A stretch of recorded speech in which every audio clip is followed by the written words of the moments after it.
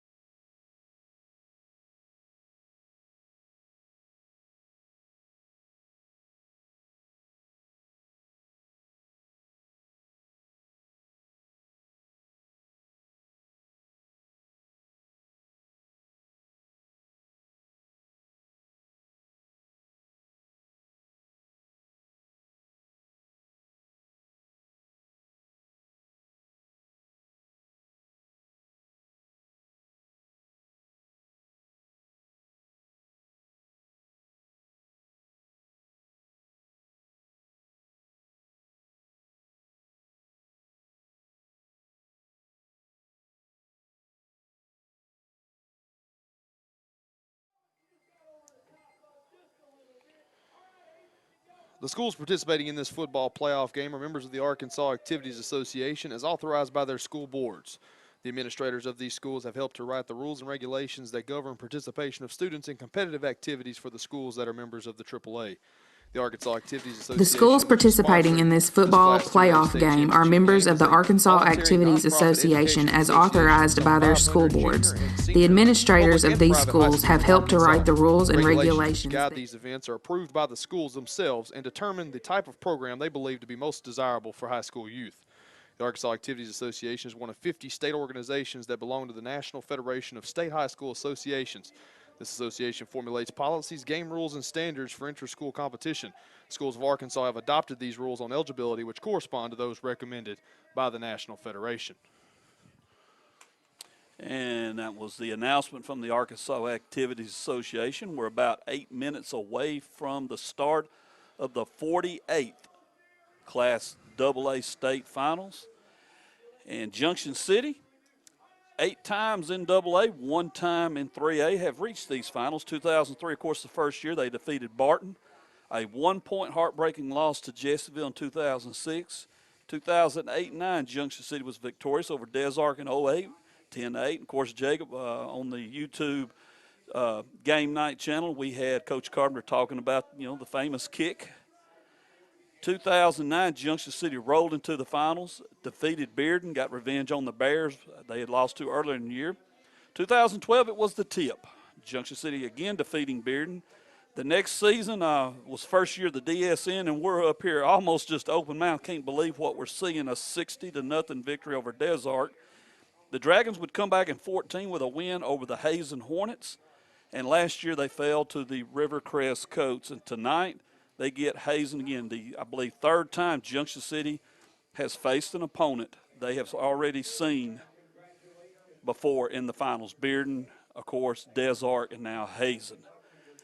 Jacob, we talked about how Junction City got here, the changes they had to make, Coach Stephen Jones and his staff. You've taken a look at these Hazen Hornets. It's a good reason why they're here. Talk about that. Yeah, it is. If you're a fan of just old school football, then you're in for a treat tonight. Both of these teams relied heavily on their running game. Obviously, Hazen a lot more heavily than Junction City.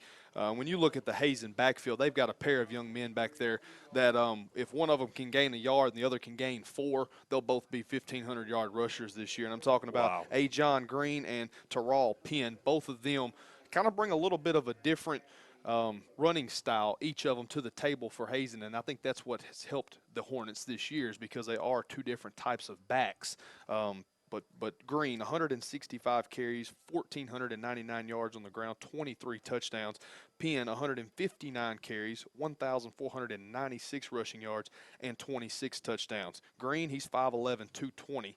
Penn, 5'10", 205.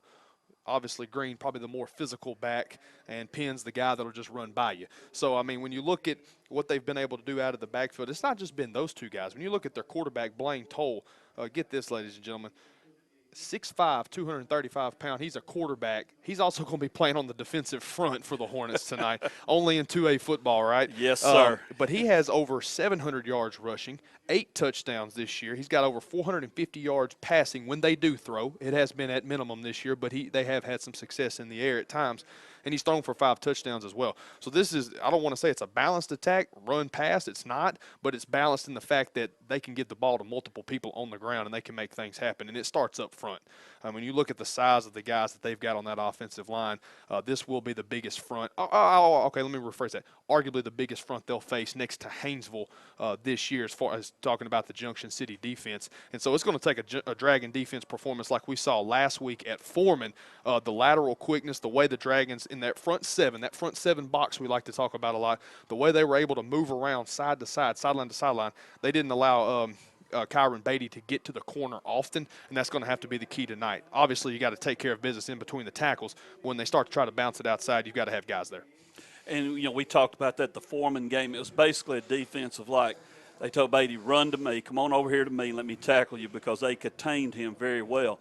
And, Jacob, I was doing a little bit of some adding there that Miss Estelle Waller in the 5th grade taught me. That's a lot of yards on the ground between them three, about a little around 3,600-plus yards and over 50-plus touchdowns between those three. So Junction City's got its work cut out, has got to shut down, needless to say, the Hornet rushing attack. Now, defensively, what does Hazen kind of like to do? Well, defensively, they're just going to come at you. They like to walk the 2 linebackers up. They like to keep them near the defensive line. They've got some run stoppers, some run stuffers, some gap pluggers, so to speak, to use all those terms. Some guys that like to get in there. And so, really, if Coach Meeks was up here, he'd be telling us right now, it's going to be won or lost tonight in the trenches. And it sounds like a broken record because it's like we almost see that every week. But on the biggest stage of Arkansas high school football, tonight's Class 2A state championship will be won on the fact who can control the trenches, offensively and defensively both. That's what it's going to come down to. All right. Well, we are going to step away for 30 seconds. You are watching Junction City football on the Dragon Sports Network.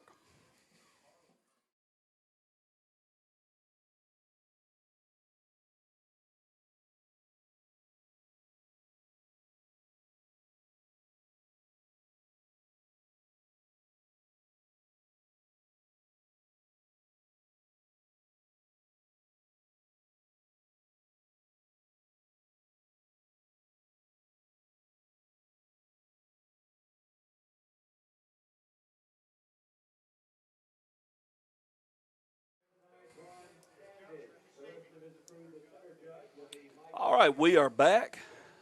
And if I'm correct, Jacob, Hazen will receive to start the game. So the Junction City defense will go on the field first.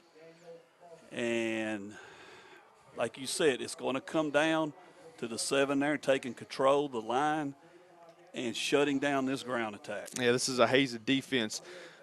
This year they've only allowed 136 yards and an average of 8 points per game the entire season. They're 13-0. They're unbeaten.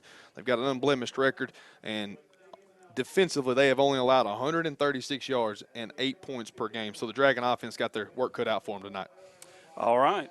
Junction City, of course, let me go ahead and say what I think has got to be important. Who needs to have a big game? I think if he has a big game, it's going to help us greatly, and that is Cavante Haynes. I'd like to see him get the ball tonight and make some things happen. Yeah, I agree with you. He's a young man that I think could be an X factor in this game. I think he's a young man that could, when it's all said and done, Cavante Haynes may be one of the big reasons why Junction City, if they're victorious tonight, why they would be victorious.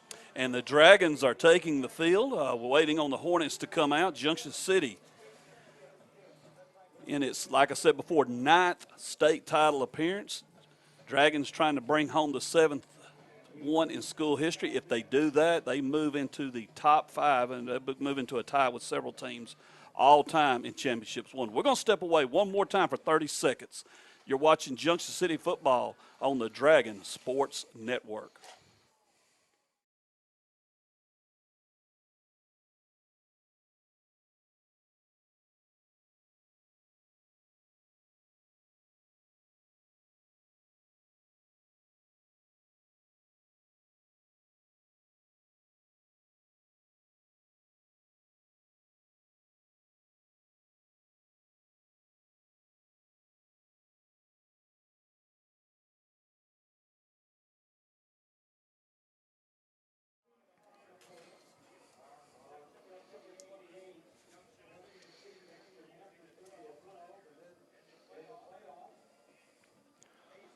It's a cold, windy night here in Little Rock, Arkansas. War Memorial Stadium as Junction City and Hazen clash for the Class 2A state title.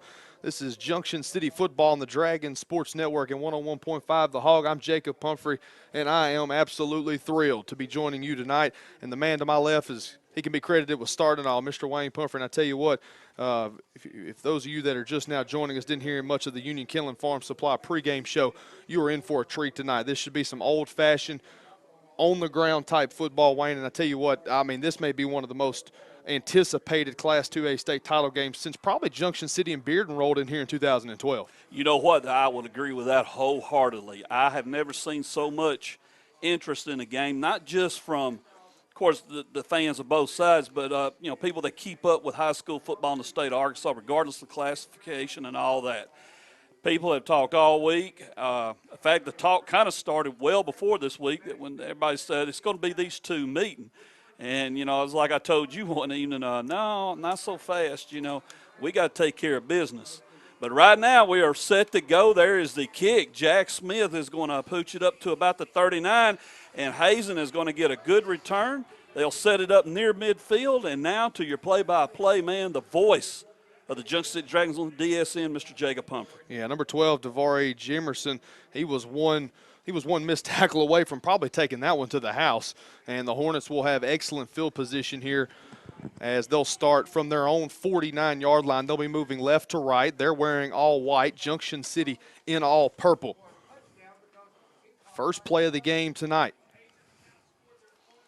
Hazen breaks the huddle. They'll split with a wide receiver far side to the top, single receiver to the bottom.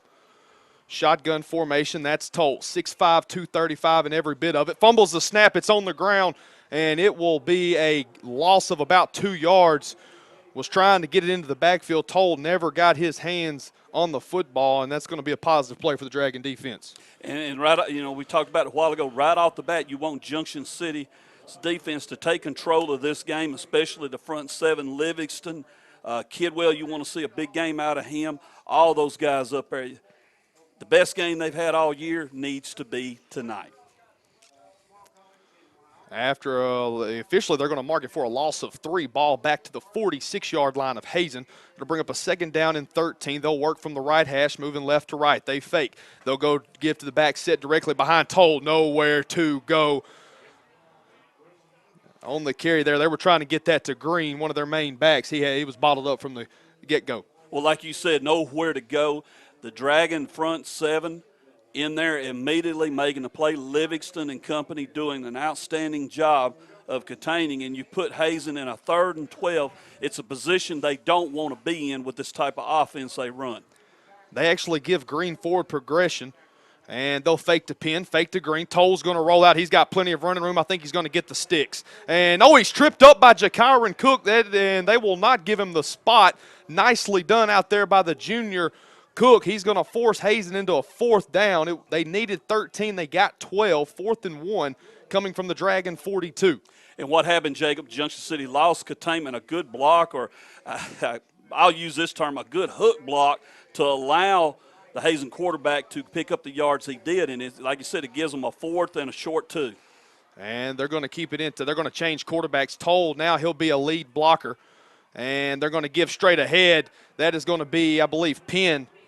And he's got the 1st down. Switched it up a little bit on Junction City. Brought in another quarterback. They moved Toll as a fullback, and they were able to pick up the 1st down easily.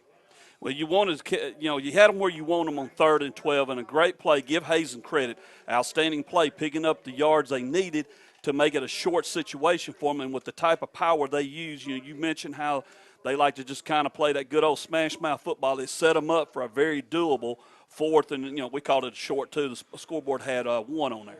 9:40 clock rolling. 1st down and 10 for the Hornets. Ball at the 38-yard line of Junction City. And they're going to give to Green, and he's going to be just shy of the 1st down. They'll give him about 8 yards on 1st and 10. And so Hazen's starting to get something cooking here offensively. And the Dragons just need to, kind of keep their cool, keep their calm. Everything's okay. Just settle down. Reestablish the containment. Don't let them get what they're getting. One thing, Jake, let's mention this real quick. You do not want to see them hitting you in the gut, hitting you in the middle. You want to shut that down. Force them back to the outside where you can contain them. They'll break back into the pistol. They give to Penn and nowhere to go. The middle on this opening drive has not been open for business for the Hornets. Credit the defensive front from Junction City. And that's going to bring up a 3rd down and 2 for the Hornets. Ball spotted just inside the Dragon 30. We'll give them the 29 here as we've hit the 8:45 mark of the opening quarter. And Cody Atkins, Samaj Livingston, excellent job getting in there, shutting down that middle, and now forcing a 3rd down. Livingston, a finalist for Class 2A Defensive Player of the Year from Farm Bureau and Hootens.com. They give to Green. He'll plow forward for 4 yards on 3rd and 2, and that should reset the chains for the Hornets. What the Dragons have got to do, they've got to force them back into long situations, keep that containment. I don't sound like we're just preaching the same thing over and over, but that's what it's going to come down to. Because Hazen right there, Jacob, nothing fancy, just line up, here we come. And they've kept it on the ground every play so far, rightfully so, as they've got another 1st down here with 8:10. Clock continues to roll. And they'll hand a Penn straight forward, nowhere to go. Nowhere to go. The Dragon defensive front doing a great job there. Kidwell, one of the first guys getting up off the pile, as is Atkins and Tanner Barnett, the team's leading tackler coming into the night. And that's what we were just talking about a while ago. They did it. Come in there, force them. Now, they kind of moved the ball back up a little bit. I thought actually he lost a yard or 2. But nonetheless, you got them on 2nd and 10. Contain them here. Force them back into a long situation. Something they don't want to be in. Hornets working on a 5-minute drive here. 2nd down and 10 after the no gain. They'll give to Green. He'll work over the left tackle. He's got a 1st down. Was almost able to run out of the tackle of Cavante Haynes as he reached the secondary. Great job by Haynes being able to wrestle him down. But again, that will bring up another 1st down for the Hornets. And when you have them where you want them, they end up making a good play. Give Hazen credit. They come off tackle a little bit to get that. A nice hole to run through. And like you said, Jacob, he almost ran out of the tackle of Gibson. On 2nd and 10, Green rushes for 11 yards and a 1st down. Resets the chains. 1st and 10, the Hornets are in the red zone. Mark it at the 15. Toll in the pistol. Fakes to Green, gives to Penn. He'll try to work over right guard. Really nowhere to go. The man there to trip him up was Dante Gibson. And Jakyron Cook in there as well with Jemiah Carroll. And now they're working on, Jacob, I guess you could say about you said, 5-minute drive. About a 5.5-minute drive Now it's here. closing in on 5.5. If you could stop them here, force them to a field goal, that we didn't see nothing out of their kicking game, or force them in a long situation, you can turn this to your advantage. And they'll give to Green. He'll try to work over the left side. Nowhere to go. Several Dragons in there on the stop. Tell you what, give the credit to Junction City's front seven, not really biting on the misdirection, on the fake handoffs. You can go ahead and credit that for some of the opponents they played early in the year. A lot of them like to run this type of offense, and so you can definitely tell it's helping Junction City so far. And to touch on a point real quick, you're talking about who they have faced this year. When you play your Haynesville Smackers, you play your Foremans, it helps prepare you for this type of deal. 3rd down and 9 to go, 6:05. They're going to give to Green. He's going to stumble. He's going to have to stretch it out. He's trying to get to the pylon. He will be forced out at the 3-yard line. He needed to get to the 5 for the first down, and so that will bring up a goal-to-go opportunity. Junction City had Green spaced out, but they were unable to force him out of bounds. He was able to get the corner and pick up the first down. And one more thing, also, it was a matter of numbers. Hazen pulling some guys over. They got enough over there to kind of give him a little bit of a convoy to allow him to get to the outside. The Dragons have got to be able to shoot in there, shoot the gaps or something, and shut that down. How do you stop the Dragon offense? Keep them off the field. 5:58, Dragons have yet to have the football. Hazen's knocking on the door. They're going to barrel straight ahead. That's Green. He is going to be stopped short. They're going to mark him down at the 1-yard line. Carroll, Barnett, Adkins in there on the stop for Junction City. It'll be a gain of 1, bring up 2nd down and goal from the 1. And this is a situation Hazen loves. That with the power they got, look for them again to load up. More than likely, they're just going to come straight ahead here, not going left or right. And I say that, and they'll probably do it. But more than likely, they are going to come straight at you. 2nd and goal for the Hornets inside the Junction City 1. Toll, he'll plow forward, and no word yet from the officials, and they're going to mark him short. I tell you what, I don't know if he could get any closer to the goal line without being in. I don't think you can put the football any closer. I don't think he can, and that was not Toll. That was Jacob Weems. He's also a senior quarterback. Toll's actually a junior quarterback, and we'll see him on the defensive front. You know, being 6'5", 235 in 2A, they're going to use you anywhere they can. So the Hornets break the huddle. 3rd down and goal from the 1-yard line. Under 4:45 to play in what has been a quick first quarter. They're going to all keep it in tight, and they're going to give to Penn. He's straight ahead for the end zone for the touchdown, and the Hornets are on the board first. We've got the Junction City side. They're pointing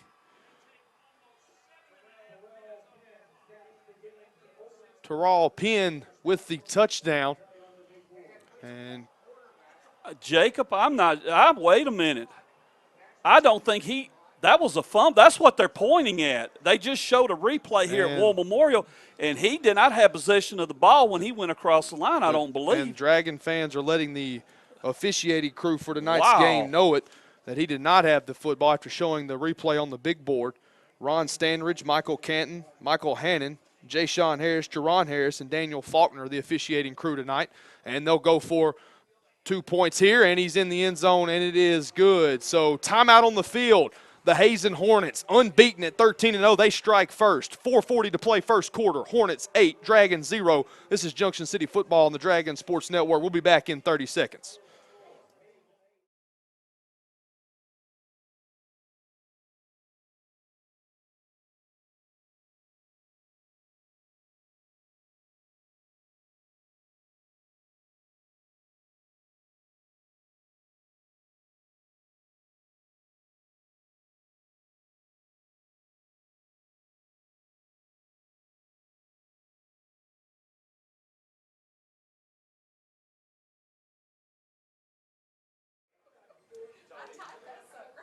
Welcome back to War Memorial Stadium, Little Rock, Arkansas.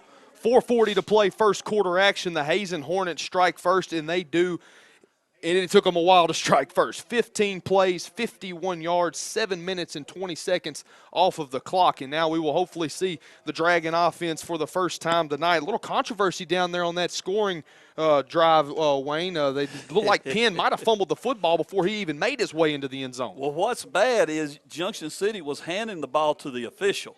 And you're like, okay, wait a minute, how do we end up with he must have dropped whatever. Then they show the replay. We all look, and everybody here, Melissa, Sean, the whole crew, we're all looking at the thing. He didn't have possession of the ball when he got to the goal line. You know, if you got possession going over and then you lose it, that's different. You're already in. He didn't have it, but that's all water under the bridge. And for the first time here in the 2018 Class 2A state playoffs, the Dragons are trailing. They're down 8-0 after the opening drive from what is a ground-heavy Hornet offense. Corner kick, and that will be fielded at the hash. And they're going to say Cook stepped out of bounds. Official might have had a little persuasion from the Hazen coach along the far side. So Junction City, Cook steps out of bounds, thought he was going to be able to return it on the far hash. And they'll have it 1st and 10 from the 23-yard line. They'll be moving right to left. Well, it's pretty easy to say. You got to answer back. You don't want to fool around and, okay, we didn't get it here, and then let them get a couple scores up when they can definitely do what they want to do. Well, not after a 7-minute and 20-second drive that took 15 plays. Hutchinson, first play from scrimmage. They'll hand off to Gibson. He'll work over right tackle. That'll be a hard-earned 3 yards as they work from the far hash. Bring up a 2nd down and 7 as we're under 4.5 to play opening quarter. And not a bad start. You want to, you'd like to see you get about 4 yards or so on 1st down, but that's not bad. Just a steady kind of get the offense flowing, and you definitely want to watch your opportunities if you're Junction City. Haynes split out short side wide receiver, and Hutchinson's going to keep here on 2nd down and 3. He's going to pick up about 3, make it a manageable 3rd down for the Dragons here with about 4. We'll call it 5 yards to go as we're under 4 minutes to play opening quarter. One thing Junction City is going to look at is, when I mention opportunities, you're going to get a lot of one-on-ones, which means Haynes is going to get a lot of one-on-ones. You got to be able to take advantage of that. Work out of the shotgun. They'll give to Cook. He'll work toward the left side, and he's going to have a 1st down at the 35-yard line. Really good run right there by Jakyron Cook. Good block by the offensive line to open up the hole there. Cook shot through it. Made sure he had control of that ball. He got popped pretty good, but he kept coming. Get the Dragons their first down of the game. And that's one thing Hazen likes to do with their front 7. They are definitely a reactive bunch. They like to get to the football. And they'll give to Dante Gibson. He'll barrel over a man as he crosses the 40. He's up to the 42. And that right there is his 200th carry of the season, setting a new program single-season record for Junction City. Very good. He moves, well, actually he'll move, yes, into 5th place on the all-time list for single season. 2nd down and 3. They give to Gibson. He's met in the backfield, nowhere to go. Great job by the Hazen front.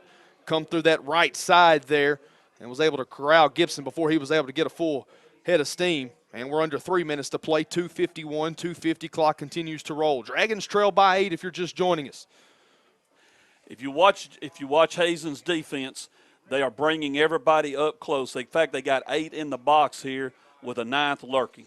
And they'll give to Jakyron Cook. He's got some running room. 40, 35, 30, 25, 20, 15, 10, 5. Nobody's going to catch him. Touchdown, Junction City. They like to keep him in tight, and Cook made them pay. And that's what I was talking about. You brought 8 in. You had the 9th lurking.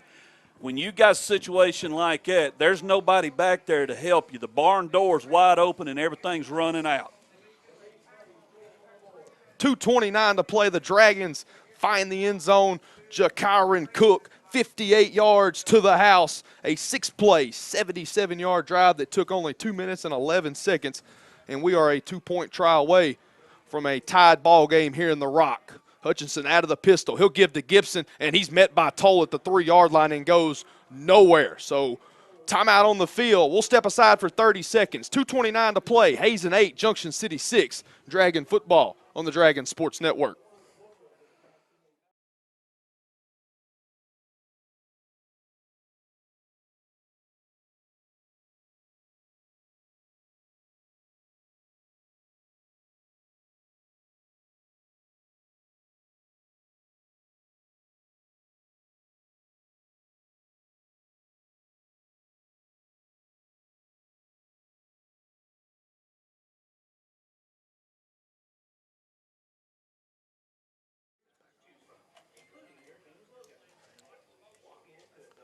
2:29 remaining in the first quarter. Junction City strikes with a 58-yard touchdown run by Jakiron Cook. The two-point conversion failed, but Junction City back in the middle of it. It's 8-6 Hazen.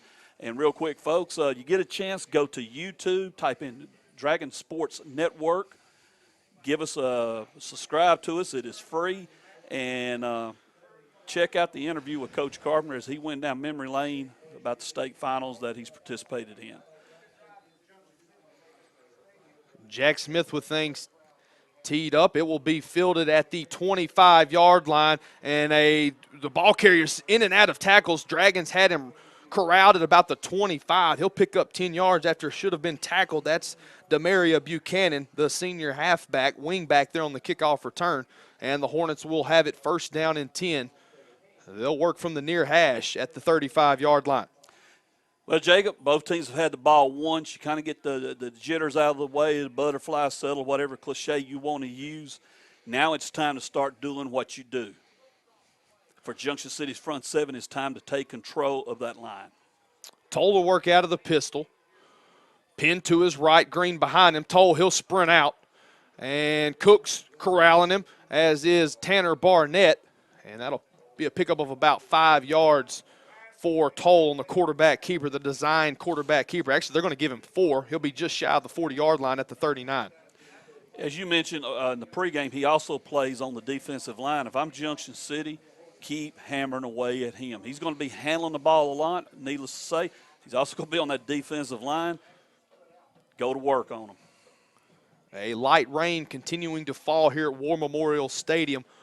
1:45 to play opening quarter. Hazen 8, Junction City 6. Class 2A state championship game. They're going to give to Green. He'll work over the left side. He's met in the hole by Jakiron Cook. Dante Gibson in there to finish the job, as is Tanner Barnett. I tell you what, Tanner Barnett's been all over the field for Junction City this year. Yes, indeed. He has done a solid job playing at linebacker. And you want, of course, we've been saying this about everybody else. You want to see a big game out of him. Real quick, Jacob, we have got to wrap up on the tackles. We're hitting them, but wrap up and shut them down. They're picking up quite a few yards after tackle. 3rd down and 3 for the Hornets, and they're going to give to Penn. He will be at the marker. They're going to give him forward progression up to the 46-yard line, and that should reset the chains for the Hornets. So it's been a methodical approach right now for Hazen. Left, right, middle, left, right, and we've seen Toll sprint out a couple of times, but it's been a design run. He has never looked for a receiver, although I think he has possibly had 2 running routes. He's been able to keep it both times, and that's really what I think they want him to do. I think that's just putting a little makeup on the blonde there, all they're doing with these routes, because they are sticking to the ground. There's no doubt about it. I said yards after tackle a while ago. I was talking about the yards after contact. They're still picking up some positive yards. Toll to keep here on 1st down and 10. He'll work left. He'll carry a couple of Dragons with him before he's wrapped up and brought down on the Junction City side of midfield. And they'll give him Dragon territory at the 49-yard line and bring up a 2nd down and 5 here with under 30 seconds to play in the first quarter. Hazen 8, Junction City 6. The Dragons ranked number 2 in Class 2A at 11-2 overall. And the Hornets, they own the top spot at an unblemished 13-0. Toll in the pistol. He'll fake to Penn, give to Green, and Green nowhere to go. He'll be wrapped up and dropped at the original line of scrimmage, and that should do it for the first quarter of action. Timeout on the field, 12 minutes in the books. We'll step aside for 60 seconds. Hazen 8, Junction City 6. This is Dragon Football on the Dragon Sports Network.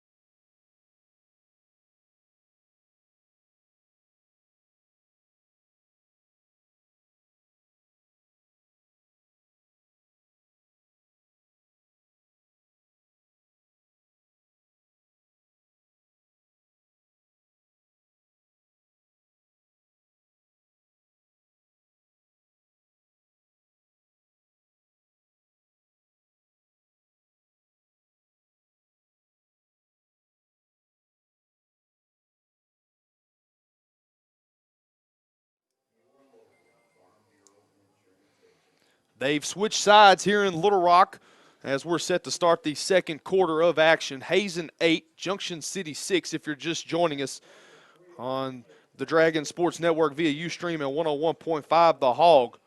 It'll be a 3rd down and 10 after Kyle Kidwell dropped A. John Green for a loss of 5. And Toll, he'll sprint out to his right. He's going to pass. Now he's going to try to keep it, and he's got nowhere to go. Great job, Bryce Ware was down around his ankles, tripped him up, and several other Dragons in there on the stop. Kyle Kidwell as well as Adonis Jones. Hey, Jacob, that is what we were talking about earlier in the first quarter. Get them in a long situation. You're going to make them do something they don't want to do. I had to get Sean's opinion on this, but my gut feeling was he had no intention of passing. This was a design run, and the Dragons managed to contain them and shut them down. And a great job setting the edge to not let him get to the corner like he was able to do on the previous 2 rushes. And the punt from Weems will take a favorable Junction City bounce, and the Dragons will have it at the 35-yard line. They'll be moving left to right here with 11:14 to play. Hazen leading the Dragons by 2 at 8-6. And now it's time for the offense to go back to work again. You want to see the same thing you saw a while ago, establish control of that line of scrimmage, and watch how they're setting their defense. They're bringing a lot of people in tight. There is no help back here in the middle of the field. If a Dragon running back, Gibson, Cook gets through there, it's free real estate. And if you're a Dragon offensive lineman, you just got to hold those blocks for a couple of seconds and let your War Dogs go to work. They're going to throw here, and he's got a man in and out of his hands. He had him, DJ Hill. He was all by himself at the 45-yard line of the Hornets. If he brings it down just a little, Hill's probably heading to the Hardy Mart right now. Oh, there's no doubt about it. He had real estate in front of him for a while. And it's good that the Dragons trying to go to the air. What I was watching, though, while you was commenting on Hill, Cavante Haynes has got one-on-one. There is no help for the defender. There is no safety help. They have got 9 in the box, and they've got single corners to each side, but they're going to keep it on the ground. They give it to Gibson, and he is going to pick up a hard-earned 13 on 2nd and 10, and that's going to put the Dragons up around the 47-yard line here as we've hit the 11-minute mark of the first half. And the Dragons, okay, they're throwing something different at them, Jacob. They're going no-huddle, quick offense here. They're throwing something at them right off the bat here. And now they're going to get whistles, and I don't understand why. We had a signal over here that they were able to start, but yet they're going to tag Junction City with the false start, I do believe. And that's what the call is. That'll back the Dragons up 5. I don't know if that's on Junction City. 10:56. I know the Dragons were the ones that moved, but when you get the go-ahead from the official, that's right. You should be allowed to move. 10:56 to play, second quarter action, 8-6 is our score. 1st and 15 for the Dragons. Hutchinson to keep it, and he'll pick up, I believe, 2 yards before he's wrestled to the ground, just shy of the 45-yard line. And I tell you what, that's Brady Hutchinson. He's had several big runs in this playoffs. You know, he's not really – this season's been known for keeping the football, but even last week against Foreman, he kept it a couple of times, and it worked out well for Junction City. Dragons break the huddle. They've got twins to the right, and they will give to Cook as he'll sprint out to the right. He's trying to get the corner and really nowhere to go as he's bounced out of bounds at the – they'll give him the 45-yard line, so that'll bring up a 3rd down and 14 for Junction City. So a promising drive now is faced with a 3rd and 14. That's true. We just had the first down, and you get backed up 5. The first down taken away and all that. Junction City was trying to throw something a little bit different at him here, and now, Jacob, they're going bunch real quick. And they're going to bring a tackle out as well. Kidwell on that side. And we've got whistles before the snap. I believe it may be a timeout. And I believe – we'll see. That's what it's going to be. Timeout on the field. The Dragons burned one with 10:20 to play here in the second quarter. 8-6 is our score. Hazen on top here in the Class 2A state championship game. We'll step aside for 60 seconds. This is Junction City football on the Dragon Sports Network.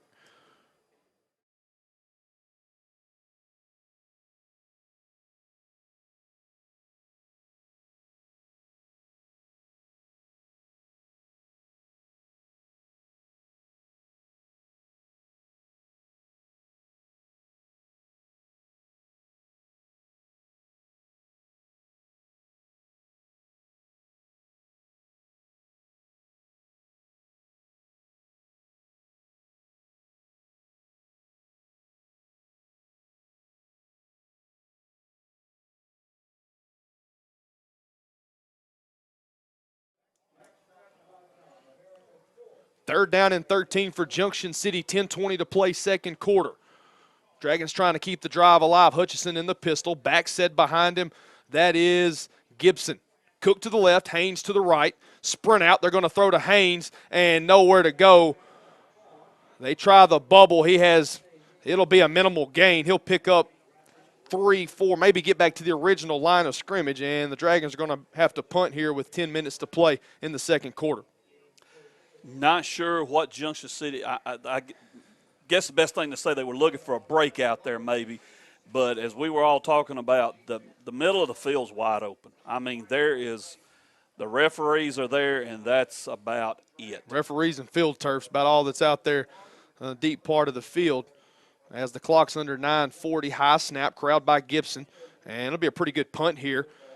Dragons covering well. It'll hit about the 25-yard line, and it is down by Javassier Cook at the 17. So nice punt from Dante Gibson, and that's where Hazen will have it with 9:31 to play in the first half.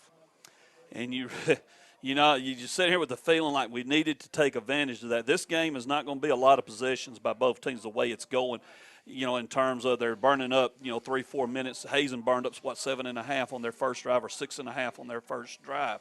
Junction City did strike back pretty quick. But this game is going to move fast, and you've got to take advantage of the opportunities. Both teams have had the football. Both teams have had the football twice. Hazen, 10 minutes and 35 seconds. Junction City, 3 minutes and 54 seconds. 9:31 to play second quarter. First play for Hazen. Toll, he'll keep it on the ground. And he's met by a host of Dragons as he gets to that second level. Javassier Cook, Tanner Barnett, Samaje Livingston in on the stop for the Dragons. 9:16, 9:15, 9:14. Clock continues to move here at War Memorial. And, Jacob, you still seeing some good gang tackling by Junction City, getting 3 or 4 guys in there and making the tackle. You got to wrap up. And now I believe Hazen is calling a timeout. I believe they are, and we'll step aside with them. 9:05 to play second quarter action. Hazen 8, Junction City 6. We'll step aside for 30 seconds. This is Dragon Football on the Dragon Sports Network.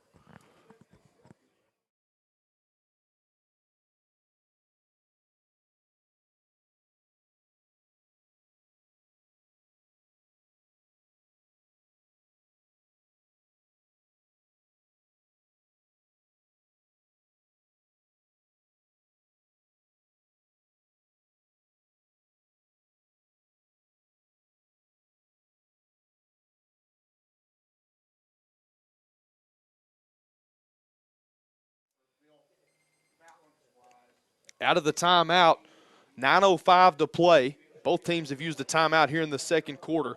If you're just joining us, this is the Dragon Sports Network's coverage of Junction City football. I'm Jacob Pumphrey, and I'm joined alongside Wayne Pumphrey. And we've got a 2-point ball game here in War Memorial. Hazen 8, Junction City 6. Both teams have found the end zone so far tonight as the Hazens break the huddle following the timeout. They're faced with a 2nd down and 8. And we'll see something we haven't seen from the Hornet offense tonight. They'll go twins to the right and twins to the left, pistol formation. And they'll bring Penn. Ball's on the ground. It's going to be picked up by Green, and he's got nowhere to go. Several Dragons there. Busted play is going to result in a loss of about a yard, and that'll bring up a 3rd down and 8. We'll call it a 9 for the Hornet offense. Now you got them back in a long situation again. Not sure what Hazen up to, if that was just some window dressing or they are actually going to try to put the ball in the air, spreading the field like they did. My gut feeling is when they put that man in motion, it was going to be a run anyway or maybe a jet sweep type play. Junction City's got them where they want them now on 3rd and 9. Don't let them out. Contain the corners. Shut them down. And they'll empty the backfield. Toll in the shotgun all by himself, and it's going to be a keep. And nowhere to go. Great job by the Junction City defense. And I tell you what, Toll, you're not bringing him down on the first hit, probably not the second contact either. But a good job right there by Junction City. They had a guy spying, and it worked out in their favor. To use one of your favorite words, I don't expect to see any trickeration here. So if everything goes according to plan, Junction City should come out of this with very good field position. The clock has moved under 8 minutes here in the capital city. Snap is on the ground, and it is going to be, and that should not be it's going to be a bad punt, and Hazen should have the football after the roughing the punter. And I apologize for the dead air, folks. The snap was on the ground. Junction City was pressuring, and it looked like the ball was tipped. If it's tipped, there is no roughing. That's There is what I no was roughing fixing to of the jump in punter. here on. I think the ball was tipped. But we'll see what the officials decide, and they're going to call roughing the kicker. Well, they missed the fumble a while ago, so no surprise there. And that will be marked against the Dragons. That gives Hazen the ball back. So you turn to your defense and say, hey, shut them down again. And they called roughing as opposed to running into. So that's a 15-yard penalty. That'll reset the chains for the Hornets. It'll bring up a first down and 10 for Hazen from the 38-yard line. So Junction City looked as if they were going to get the football back. A low snap. Had it been me snapping, it would have cost a team. But because it's a situation like that, it ends up paying big dividends as the punter was rough. So that'll reset the chains for the Hornets. 7:41 to play, second quarter action, 8-6. As the Hornets break the huddle, they have the lead. And they give to Penn. He'll work the right side, just slow reading that drag in front. And Hazen's going to do what they're doing right now. As long as they can keep positive yardage and keep themselves in real good situations, second and 4, second and 5, second and 6 situations like that, they're not changing nothing. Dragons have got to force them. They've got to have some tackle for loss is the best way to put it. Force them in the situations they don't like. Under 7:15 to play, second quarter. Penn to the right of Toll. They'll give to Green, who's set behind him. Adkins the first man there. They bring down Green at I think they're going to give him the 47-yard line. Their own 47 to bring up a third down and short. Just about a yard to go for the first down. And one other thing on that last play, when you got a situation like that, and I put this on Junction City, you don't want to really have to go after the punter. Set up your return. You're coming out, like we said, you're going to come out with real good field position. And they'll give to Penn. He'll keep it, and he's got a whole bunch of running room. 35, 30, 20, 15, 10. Nobody's going to catch him. Touchdown, Hazen. And so the Hornets take advantage of the roughing the punter penalty. 2 plays later, they find the end zone. A 53-yard touchdown run, and Hazen's lead is increased to 8. Here with 6:24 to play in the second quarter. And a very big, no doubt about it, they're going to go for 2. A very big 2-point conversion coming up. You want to stop this and keep them at a 1-score deal, not 2-score deal. Yeah, right now it's currently an 8-point game, 14-6. 2-point try would make it a 2-possession football game. Toll will work out of the shotgun. And they'll give to Green. He'll work right side, and he's at the stripe. And it'll be a late signal. They're going to say he got in for the 2-point conversion. Timeout on the field, 6:24 to play. First half action. Hazen 16, Junction City 6. This is Dragon Football on the Dragon Sports Network.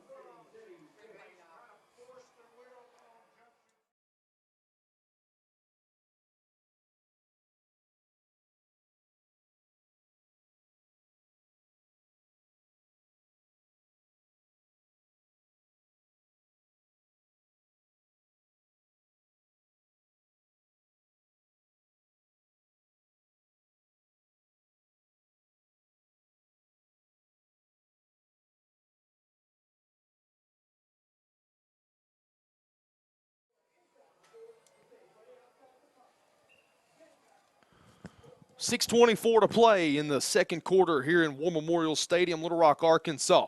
Class 2A state championship game. The top-ranked team in the classification, Hazen. They're up 16-6 over Junction City.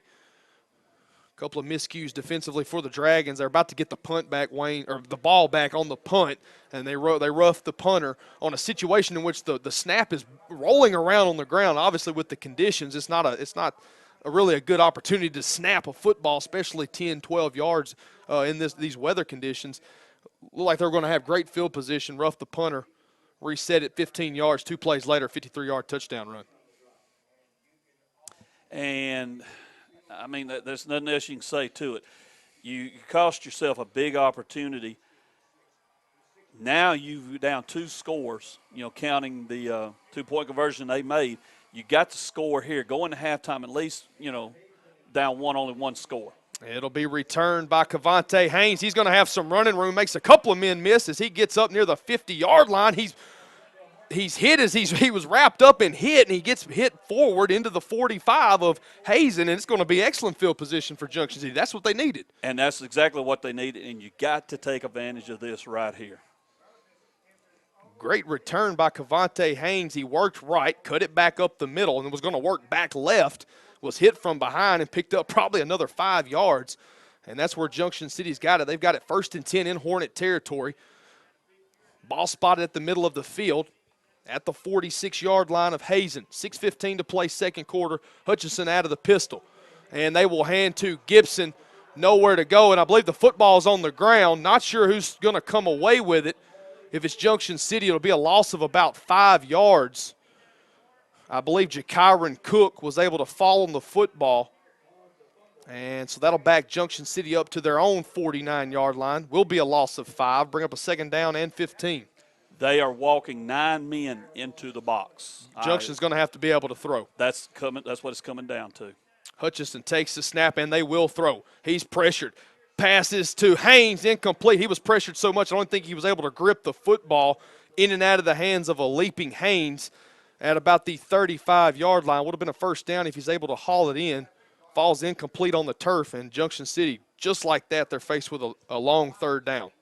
We talked about you want to get Hazen in 3rd and long situations. Now you got the Dragons got themselves in a 3rd and 15. You got the weapons to make something happen. It's just it's a matter of connecting. Man in motion is Haynes, and Hutchinson will throw here on 3rd and 15. Got plenty of time, and in and out of the hands. Looked like he might have had an arm behind Haynes.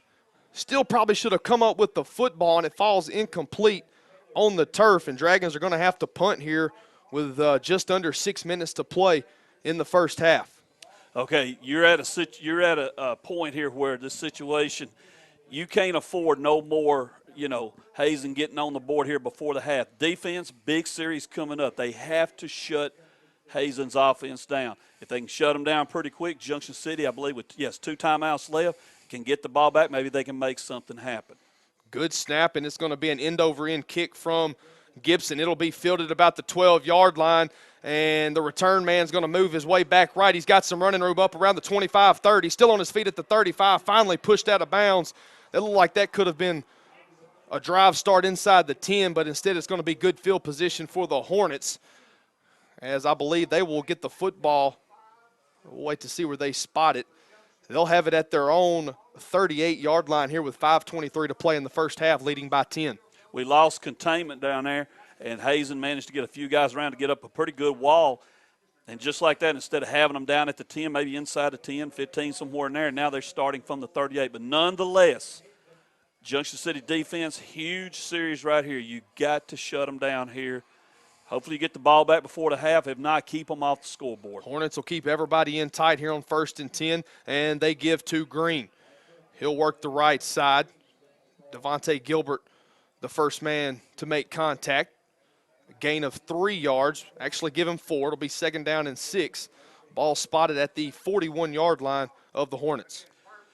And Jacob, like I said, you stop them here, you get the ball back, and you score, you get the ball starting the second half. You can turn this and make it a big opportunity for for the Dragons. Green set to the right of Toll. He's in the shotgun, and he will follow his lead block. He'll pick up about 3 yards. Just a towering presence there for the Hornet offense. 6'5", 235, as Gerodney Tubbs rides Toll to the ground. And Adonis Jones will check into the game for Junction City. They'll go heavy on the defensive front. Gilbert checks out. 3rd down and 4 for the Hornets. 4:23 to play, first half. Hazen 16, Junction City 6, Class 2A state title game.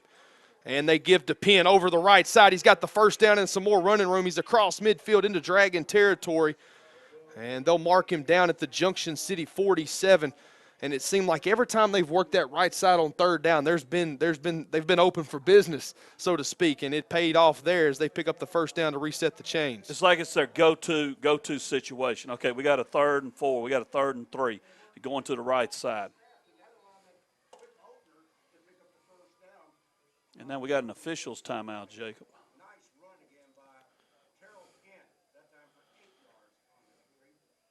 And the officials are calling the timeout. Atkins checks out of the game. Jones will take his spot on the Dragon defensive front. And so I don't know if they were getting things set with the chains. Under 4 minutes to play. Hornets continuing to drive the football. And they give to Green. Bounces around. And really, I tell you what, when you look at what this Hazen offense has been able to do, they've had some success at 2, 3, 4-yard runs. They haven't, other than the big play on their previous touchdown, right. They haven't been gashing Junction City. It's just been more of a slow, painful type of a success. And so far, they've kept the football away from the Dragons as we've hit the 3.5-minute mark of the first half. They're driving with a 10-point lead. 2nd down and 8. They give to Penn. He's wrapped up. Javassier Cook. He fights off of block. Far side of the field, and the Hazen sidelines wanting a face mask. I think that's just a good tackle. That's a good job by Cook to fight off of a block. Be a gain of about 2. And, Jacob, you got them now. It's 3rd and 5. It's called really about a 3rd and 6. You need to shut it down here and get the ball back. They're getting close to where you could call it 4-down territory. 2:50 to play. They fake to Penn. They give to Green. He's wrapped up and dropped for a loss. Great job, Javassier Cook. That's a young man we haven't talked enough about this year. Great job from his linebacker position in there to bring down Penn, who got the carry. And the initial hit was further back. You got to wrap up, and I believe now we got a timeout called by, I'm not sure We'll who. see who called the timeout. And Junction City called the timeout. We'll step aside with the Dragons. We'll be back in 30. Hazen 16, Junction City 6, Dragon football on the Dragon Sports Network.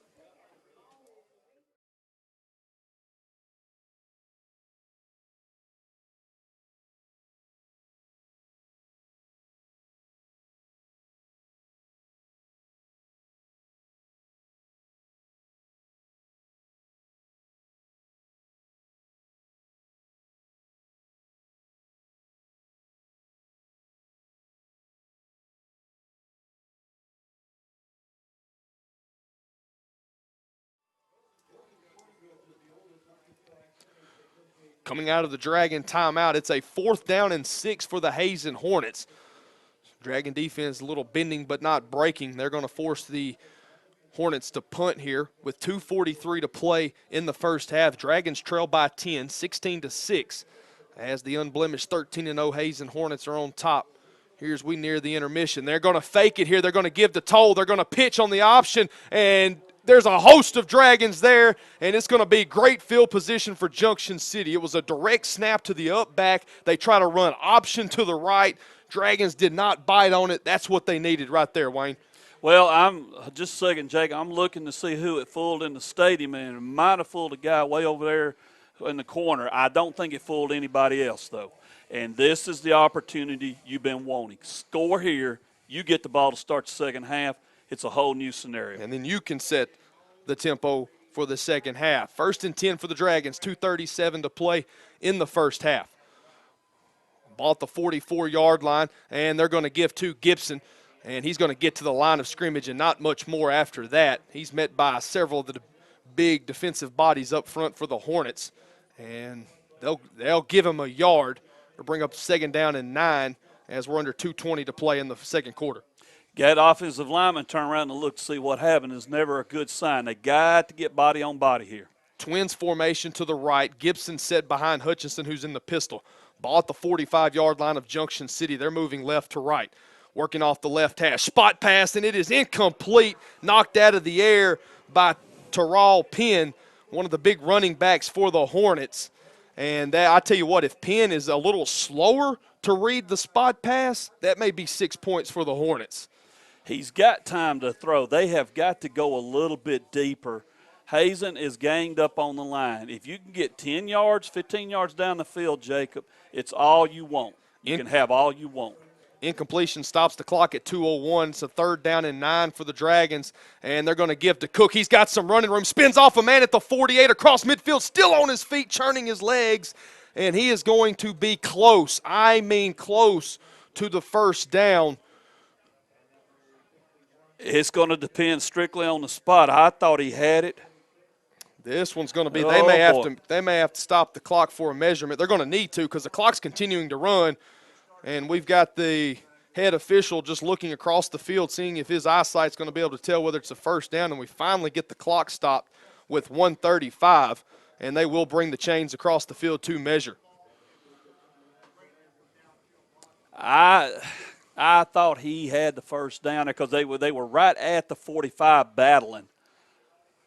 If he don't, it's going to be extremely close. As they're bringing the chains across the field. And they stretch the marker, and I believe he got it. He got the tip of the football. I do believe he's going to say 4th down. It looked as if he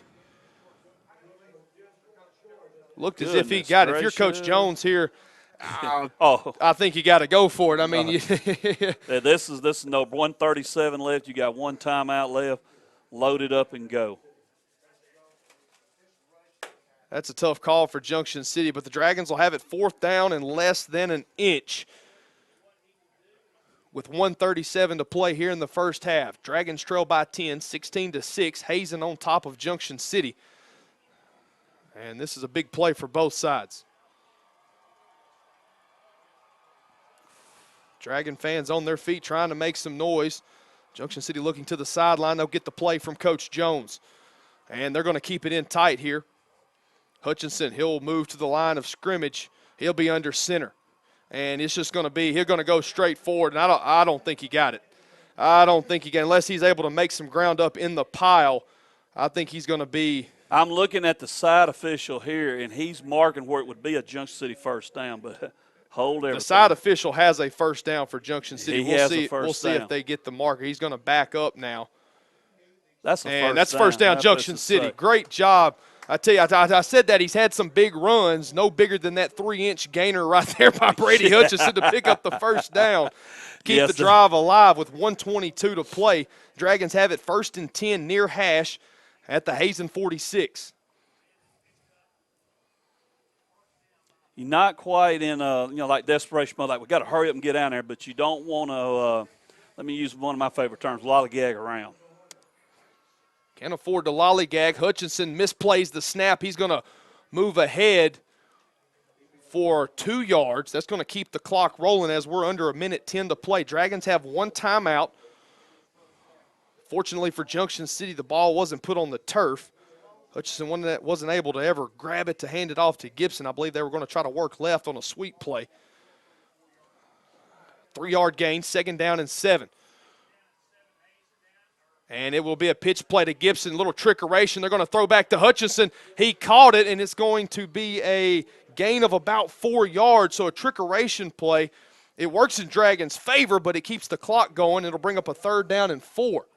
Not sure what we were looking for there.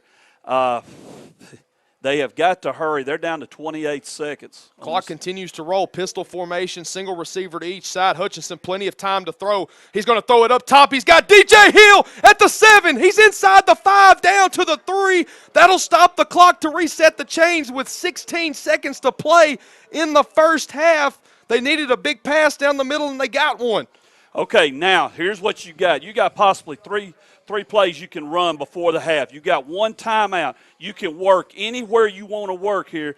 Just be careful how you handle this. Don't put yourself in a situation where you run a play that takes up half the time you got left. They're going to have to go. They're starting the clock. Hutchinson in the pistol, and they're going to give to Gibson. He's in the end zone. Touchdown, Junction City. Wow, what a change of events with 10 seconds to play, and it's 16-12. The Dragons cut into the Hornet lead. Now a huge 2-point conversion coming up. You got to get this one here because you figure there's going to be a little bit more stuff going on here in the 2nd half. You want to get this 2-point conversion here and then you're down to just a 2-point difference in the score. Hutchinson, he'll work out of the shotgun. No backs with him. Man in motion across the formation. That's Cook. And it's going to be a sprint out. He's chased from behind, and it is incomplete, in and out of the hands of a defensive man. Falls on the turf. Timeout on the field. 10 seconds to play in the first half. Hazen 16, Junction City 12. This is Dragon football on the Dragon Sports Network.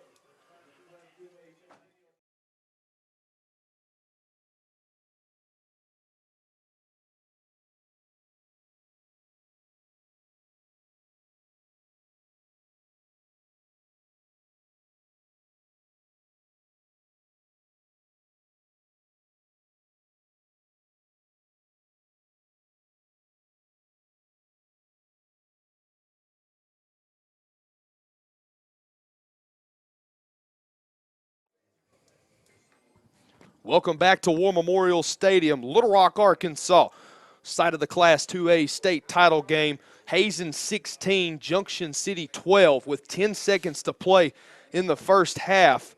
And I tell you what, that was an 8-play, 56-yard drive. It took 2 minutes and 27 seconds. No play bigger than that 38-yard completion on third down for Junction City to DJ Hill from Hutchinson. Oh, you said it all right there. That was the key to everything, and big opportunity for Junction City coming into the second half. And Smith's kick is fielded by Penn at the 30-yard line. He's got some running room, still on his feet, and Jakyron Cook wraps him up at the 32 and drops him. And so Hazen will have an opportunity for one play with 4 seconds to play here in the first half. And a quick reminder, don't forget to go over to YouTube, check out our YouTube channel, Dragon Sports Network, and see our interview with Coach Carpenter. We talked about, of course, the 6 teams that have previously come up here and won state titles for Junction City. Real good talk by Coach Carpenter. Check it out on our YouTube channel presented by Union Kennel and Farm Supply. 1st and 10 for the Hornets. We'll see what they have here. Time for just one more play before the halftime break. And they'll keep it on the ground. And I believe that's Penn. Actually, that's Green. And that'll do it. So 2 quarters in the books, and they've been an exciting one to say the least. Hazen 16, Junction City 12. We'll step aside for 2 minutes. This is Junction City football on the Dragon Sports Network.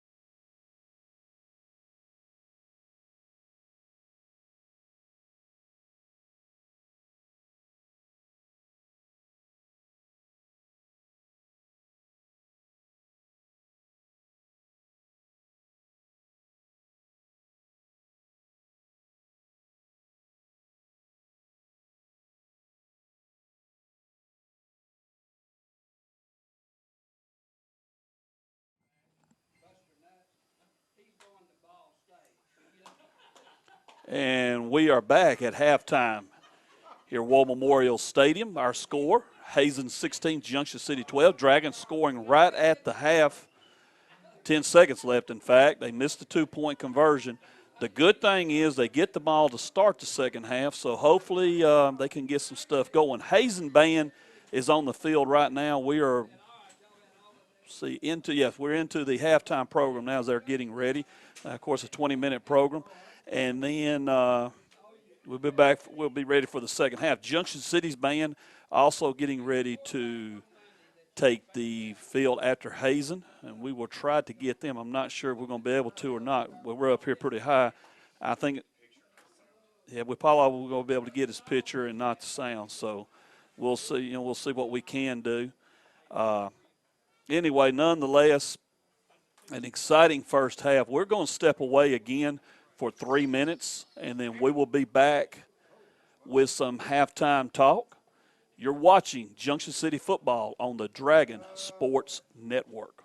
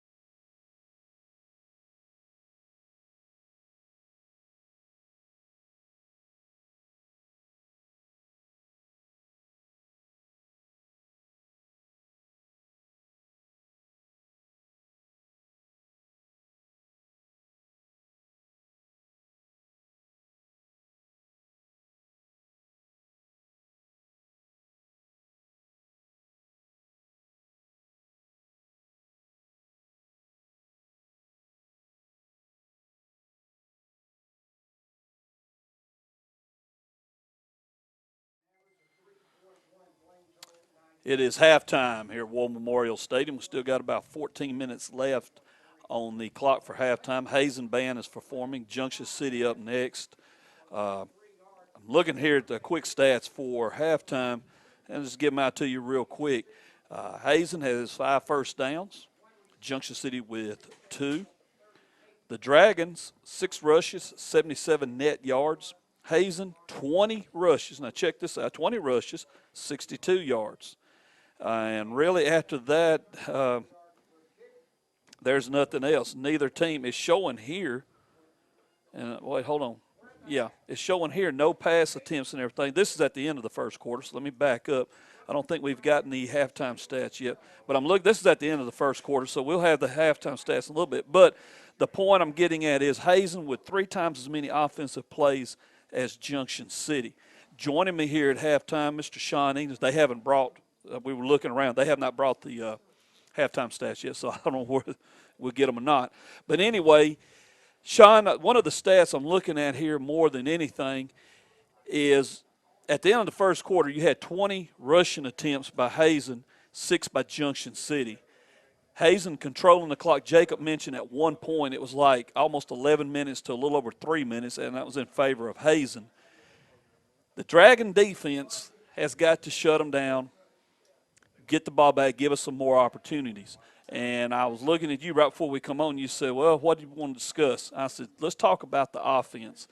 You're an old quarterback, and you look out there and you see Hazen's defense. How do you want to attack it?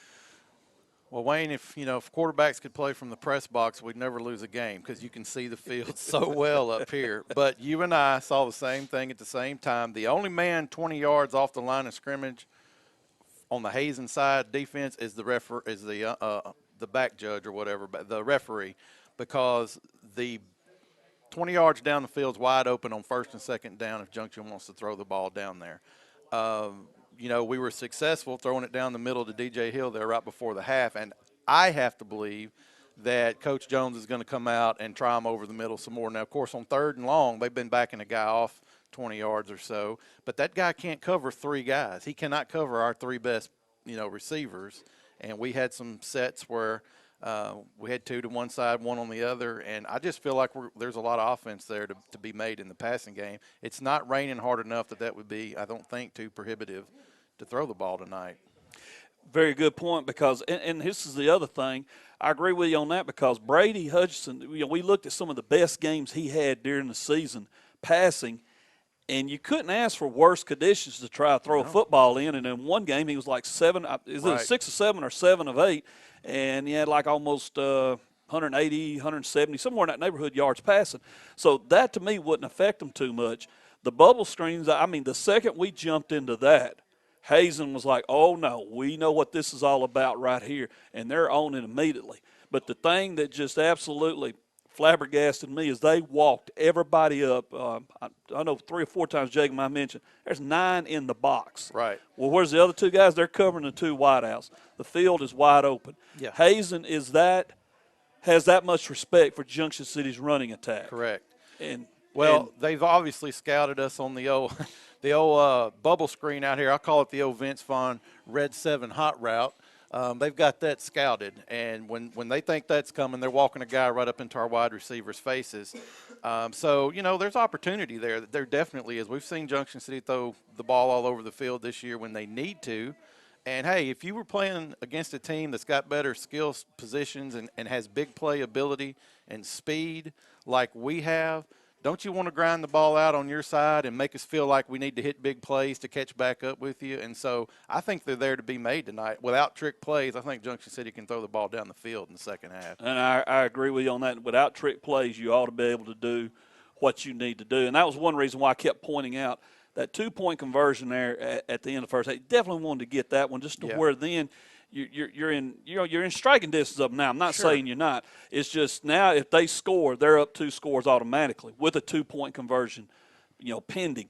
Well, Junction City, the opportunity though coming out in the second half, if you can score and get to 2, then you're back in control, and you're going to force them to have to do some stuff. Yeah.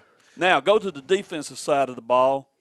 Let's talk about what the Dragons need to do in the second half. Well, to me, I'm an offense guy, but I'll tell you right now, when I think about defense, the first thing I think about is containing the edges. To me, this team has made their living all year, I'm guessing, on running the ball, and from what we've learned in the stats. And, yeah, they're doing their misdirection stuff up the middle, but they're finding success on the edge when we're not setting it. And, Jacob pointed out, when you set the edge, you've got help. When you don't, there's nothing out there but green grass and a sideline. And so Junction's had some problems with that tonight. I'm assuming, Brad Smith's going to go in there in the locker room and talk about that and try to fix that for the second half. But none of us are overwhelmed by, Hazen trying to run the ball up the middle with their misdirection stuff. you know, I came in here tonight ready to talk to you about this 6'5" quarterback that weighs 230 pounds and these two. Let me tell you what, you will not see a backfield any bigger than this at any level of Arkansas high school football. You've got two 200-pound plus running backs and a 6'5" quarterback. They're wanting to run the ball on us all night long, and I would think we're going to have a lot more consistency stopping them if we can set the edge, force everything back into the middle, let our athletes make plays. Jacob mentioned too, is talking about once you set that containment, you can keep them trapped. If you can do that and keep them trapped, Sean, they do not want to throw the football. They do not They want to ran throw. out that one time there on a little Right. rollout, but it's like I said, get Sean's opinion on this, and I turned around and he was like, yeah, that was all designed for him to run. They were not looking to throw the ball, did not want to throw it. If we can contain them on the outside and get the lead on them, and I would like to get another score. I mean, I'm being greedy, I know, but my point is this. Force them out of what they want to do, because Foreman – once they realized they had to last week, hey, we can't do the offense we're wanting to do, it was just like they kind of pulled it in and said, okay, let's just get out of here. Yeah, there's not going to be very many surprises. We know what they're trying to do. If we play with discipline and do what we've been taught to do all year, it'll play right into our hands, because look at all the athletes we've got in the middle of the field. You've got to set that edge, though. Those running backs, I'm not saying they're the fastest I've seen this year, but they're very talented running backs. You can't give them the outside all night. The quarterback can fall forward and make 3 yards. Yes, He's an impressive. You're right about that. That's a college tight end playing quarterback, I think. Yep. They're all juniors too, I believe, right? I believe so. Yeah, that's pretty scary for the AA next year. But yeah, make them play into your athletes, and don't give them the edge. I keep repeating that because it's worth repeating. I think they're not gonna throw the ball down the field and beat us against our secondary. I don't believe. So let's make them play into our strength. Okay, what's Junction City got to do to win this game? Okay, one thing you've already mentioned is take care of the edges. What else? Well, what are we known for this year on offense? Big plays. We score fast from a long way out a lot of times. We did that once. I get it in the first half, but a lot has happened since then. Junction needs to come out with this kickoff and score. You can argue it either way. What's more demoralizing, giving up a long drive and they finally score, or just, boom, hitting a quick touchdown against somebody? That's what we're known for. I have a feeling Coach Jones is drawing some stuff up to throw the ball down the field. We'll see coming out what happens.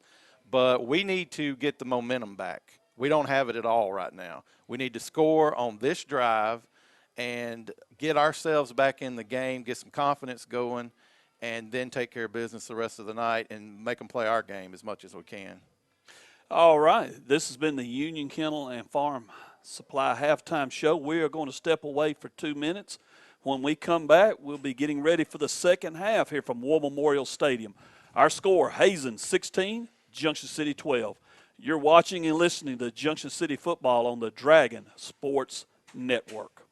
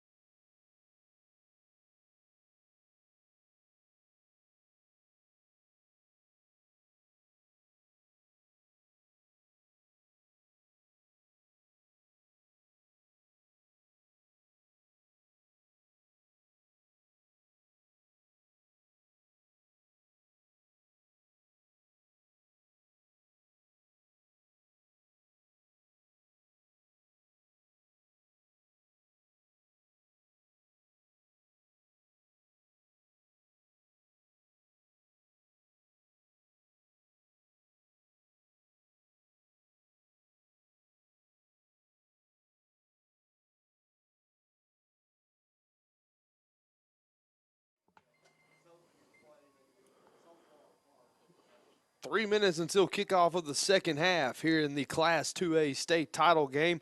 I'm Jacob Pumphrey with the Dragon Sports Network, and I'll be joined shortly here by Wayne Pumphrey for second half action. Hazen 16, Junction City 12. The Dragons trail by 4 into the intermission, but they will receive the kickoff to begin the third quarter. We'll go over some halftime stats for you. First, we'll recap the scoring drives. At the 4:40 mark of the opening quarter, Terrell Penn, he's one of the workhorses in the backfield for the Hazen Hornets. He scored from a yard out, and his teammate back there, as they've combined for over 3,000 yards this season, John Green, he converted the two-point rush, and Hazen led 8-0. But Junction City, they struck back quickly in a 2-minute and 11-second drive, took just 6 plays and covered 77 yards, and was highlighted by a 58-yard scoring run from the junior Jakiron Cook.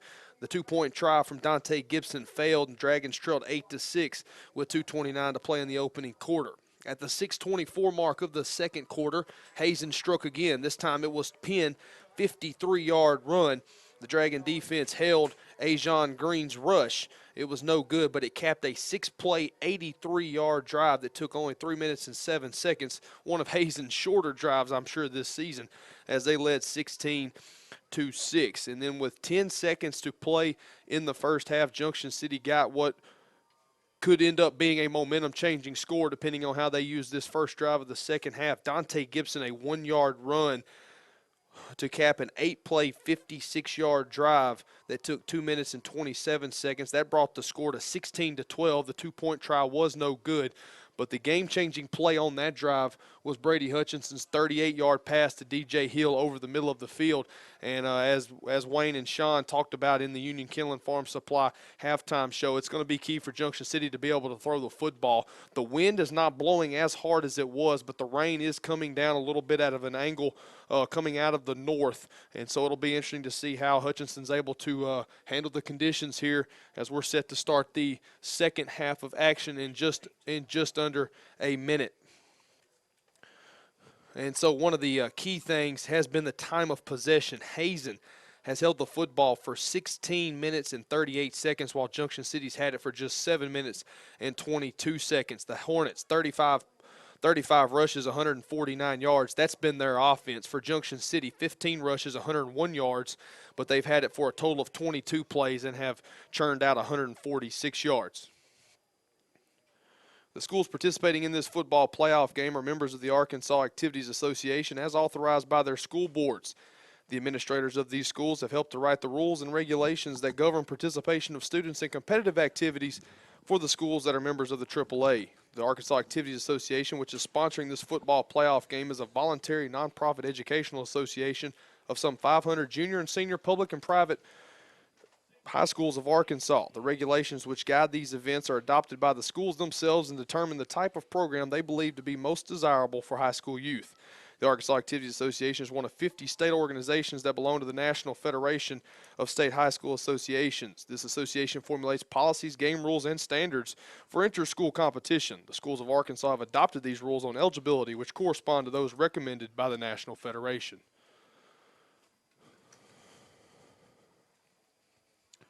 2:25 left on the warm-up clock here as we get ready to start the third quarter for Moore Memorial Stadium.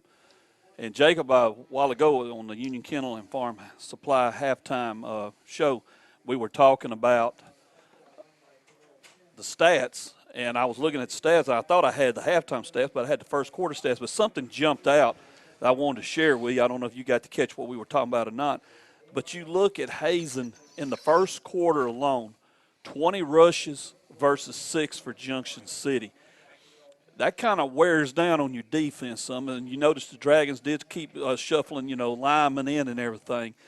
But I asked Sean, I said, okay, offensively, what do we got to do? Defensively, what do we got to do? I'll just throw my 2 bits out. We need to shut them down and don't let them have no kind of long drives the second half, not especially like what they come out with to start the game. Offensively, I think we're going to have to put the ball in the air a little bit. Brady's he's shown before that he can throw in bad weather. No big deal there. So now I'm going to throw the question to you. What do you need to see out of Junction City in the second half to pull this off? I think defensively the key is still going to rely or is going to lay in the trenches. I mean, the key to winning this football game is going to be able to dominate the trenches, offensively, defensively. And if you're Junction City, you've got to get off the yard on third down. There's no excuse. You've got to get off the yard, because if not, that's going to be 2, 3, 4, 5. Who knows how many more plays for the Hornets to just continue to eat clock. And when they got a lead, they're not going to get in a hurry. So it's going to be key for Junction City. When they get the Hornets in third down offensively, they're going to have to get off the field. And for the Dragons, they are going to have to get the passing game going. There's no doubt, and the opportunities there. They done showed that already with the completion they had. And as far as I'm concerned, it don't matter if it's Gibson, Cook, or Hutchinson throwing the ball. All three have proven they can throw it.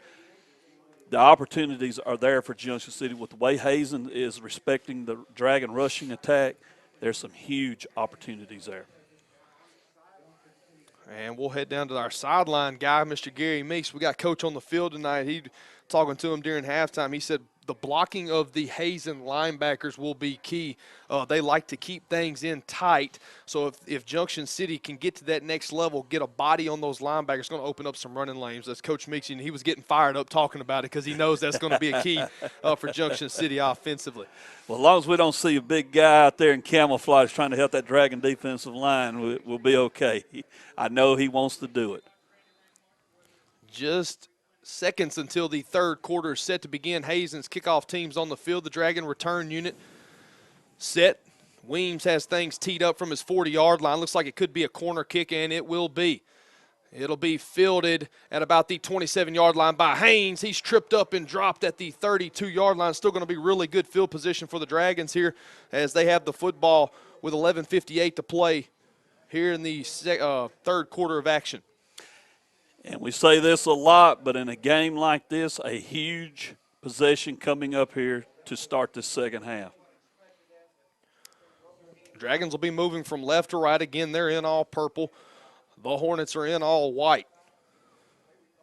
Big drive for both teams here to start the second half. 16-12 is our score. Hazen on top of Junction City. Hutchinson, he'll work out of the shotgun. Dragons break the huddle. Two receivers to the right of the formation. They will give to Cook. He'll carry it right side. Gets a block out there on the edge. He'll move up across the 35-yard line up to the 38. Be a solid gain on first down carry for Cook. And that is a great way to start this drive off, picking up about 6 yards. Yeah, 6-yard gain. Puts you in second forward. Junction City speeding it up, Jacob. Gibson moves behind Hutchinson, who's in the pistol, single receiver to each side. They'll give to Gibson. He'll work off one block. Still on his feet. He's got the first down as he moves across the 45-yard line. Hutchinson looks to his head coach and says, let's keep it rolling.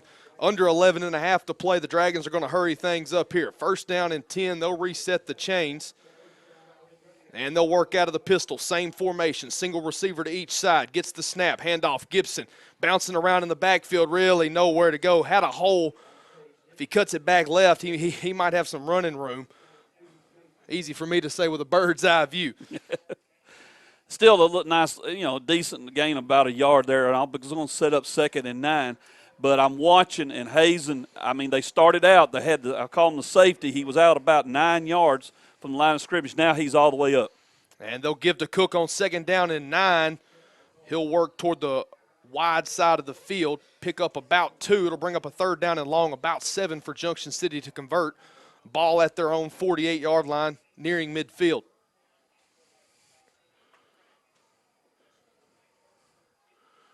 Gilbert and Jakyron Cook, the receivers to the right. Gibson set behind Hutchinson, who's in the pistol. Kidwell and Hill, they heavy the offensive line to the left side. 3rd down and 7. Hutchinson resets the play at the line of scrimmage, and they're going to fumble. Ball's on the ground. He was trying to give it to Gibson. They're going to lose a yard. Junction City was able to fall back on it, and I believe the Dragons are going to punt here with 10-11 as the clock's going to move under 10 before the Hornets get the football back. And so I think that's a missed opportunity for Junction City on this drive. Started out very promising. Yes, it did. Very, very promising. And, you got to look at what Hazen's doing. They on this possession to start the second half, they kept moving in closer and closer each play. The Hornets will finally move a return man back to try to prevent any fake from the Dragon. And that's going to be a good punt by Gibson. Coverage team's trying to get down there. And they're going to say the ball went into the end zone for the touchback. Good effort there by the Cook brothers, Javassier and Jakyron. trying to knock the football back inside the 5-yard line. I believe that's Javassier shaking up on the play. We'll step aside for 30 seconds. 9:40 to play, third quarter action. 16-12 is our score. Junction City football on the Dragon Sports Network.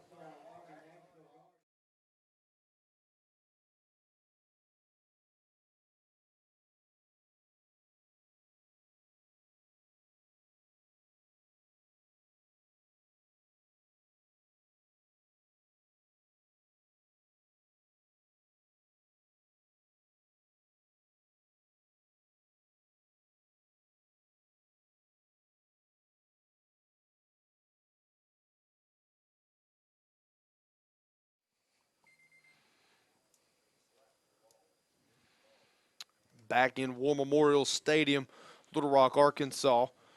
Javassier Cook is up and making his way to the Dragons sideline. Was shaken up on the punt by Junction City, trying to save the football before it went into the end zone. And the good thing is he's coming off on his own strength and everything, but it's like his right shoulder, he's kind of favoring. Not sure what the situation. Hopefully he can get back out there for that Dragon defense. Big part of that unit's success this year. 9:40 to play. Hazen football for the first time here in the second half. They've got it from their own 20-yard line. Dragons, they'll work 7 in the box. Toll, he'll give to Penn. He'll work the right side, and it's going to be a minimal gain. Again, he just gets in behind some blockers. Nothing fancy. Yeah, Jake. nothing fancy. It's what we've seen all night so far from the Hornet offense. Under 9.5 to play. 16-12 is our score. Hazen leads Junction City by 4.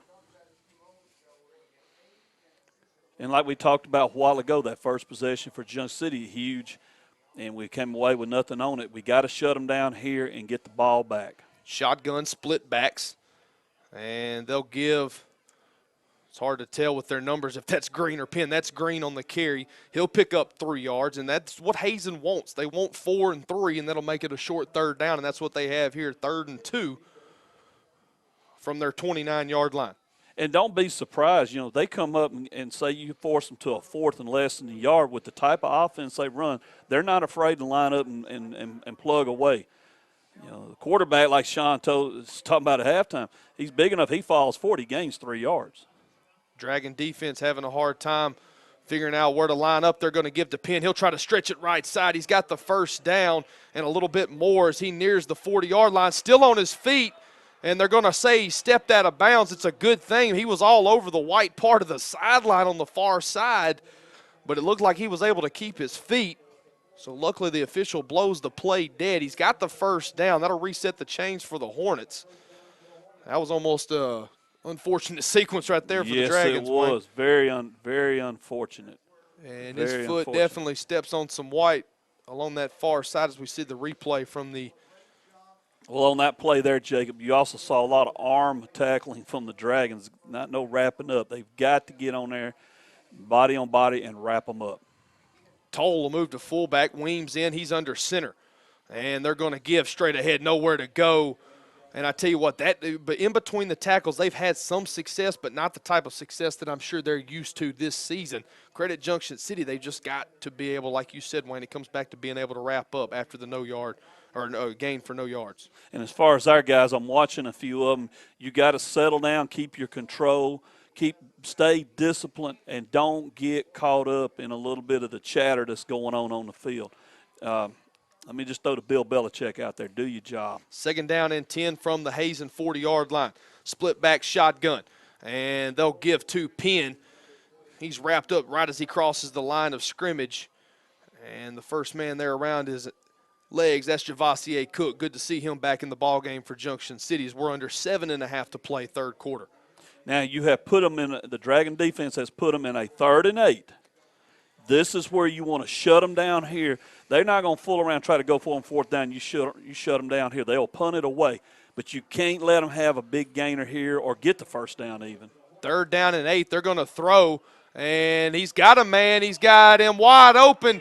And it is going to be a touchdown. Hazen caught Junction City sleeping along the far side. And it's going to be a Hazen touchdown, 57-yard pass on 3rd and 8. Dragons needed to get off the yard, but they let the Hornets go for 6. And that is costly. Hazen, we didn't even expect them to really try to throw there, but they caught Gilbert sleeping and burned him badly. And now 22-12, they're up 2 scores. 8 for 12 on third down are the Hornets tonight. None bigger than that one. That puts them back up 10 points with 7:03 to play here in the third quarter. A 2-point try would definitely put the pressure on Junction City. Ball's on the ground, and it will be picked up. And guys still on his feet. That's Green, I believe. He's finally wrapped up and dropped for a loss. Timeout on the field. 7:03 to play, third quarter action. Hazen 22, Junction City 12. We'll be Dragon football when we come back. We'll be back in 30 on the Dragon Sports Network.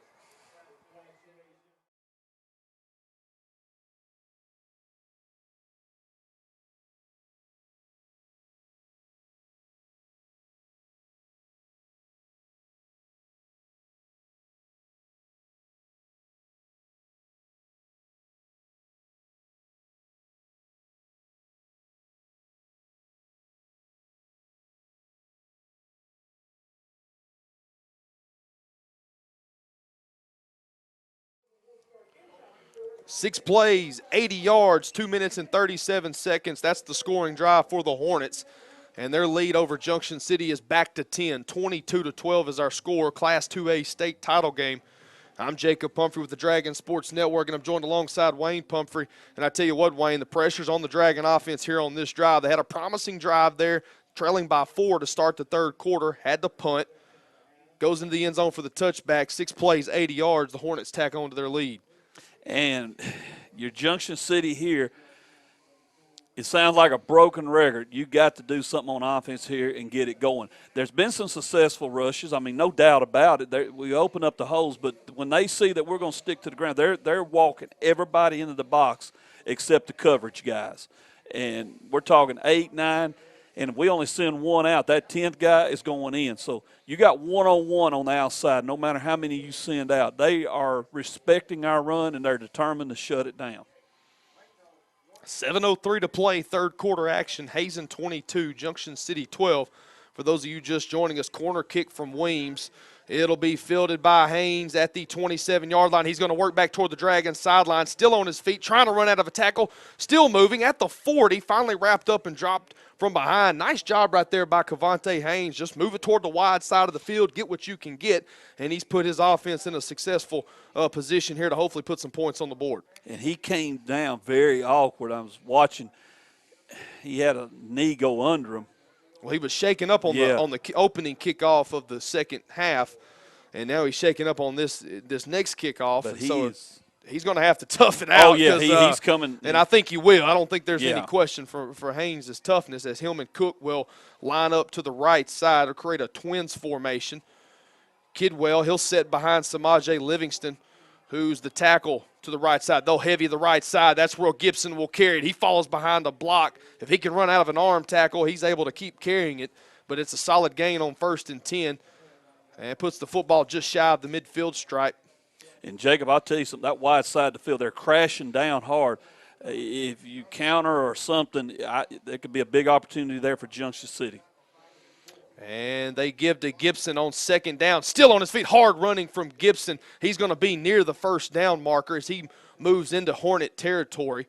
And they're going to signal first down along the far side. Nice running right there by Dante Gibson. He's not a first contact guy. He uses that right hand with the football in the left to plunge forward for the first down. Dragons starting to hurry things up again. And they'll give to Cook this time along the right side. I tell you what, they're starting to stack that right side, Wayne. They're having some success on the ground. And with that success comes other opportunities. But let's say this, there's plenty of time left to do what the Dragons are doing now. You're actually giving some of the guys that play defense time to get their breath. The rain is still coming. It's starting to let up just a little, but still steady here in War Memorial. Cook is popped hard, but he's still on his feet. The defensive back from Hazen went for the big hit, should have went for the wrap-up. Cook, hard running. He's got a first down.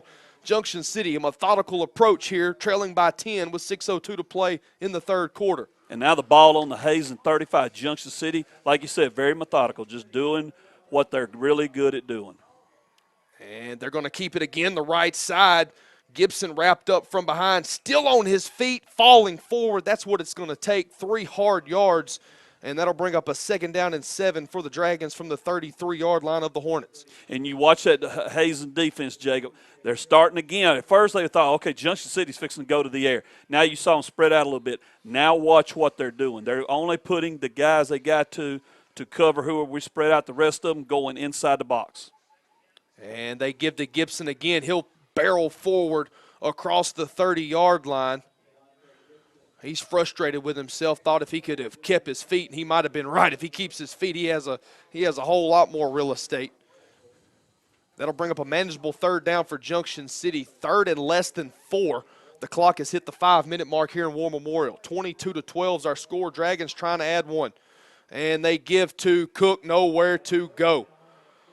The Dragons have been kind of running along that side. They're starting to bite on that one play. Cook will lose a yard, 4th down and 5. What do you think you do here, Wayne, with under 5 minutes to go, 3rd quarter? No doubt you go ahead and go. Let's just say you try to do a little pooch kick or something, just kind of ease it on down there a little.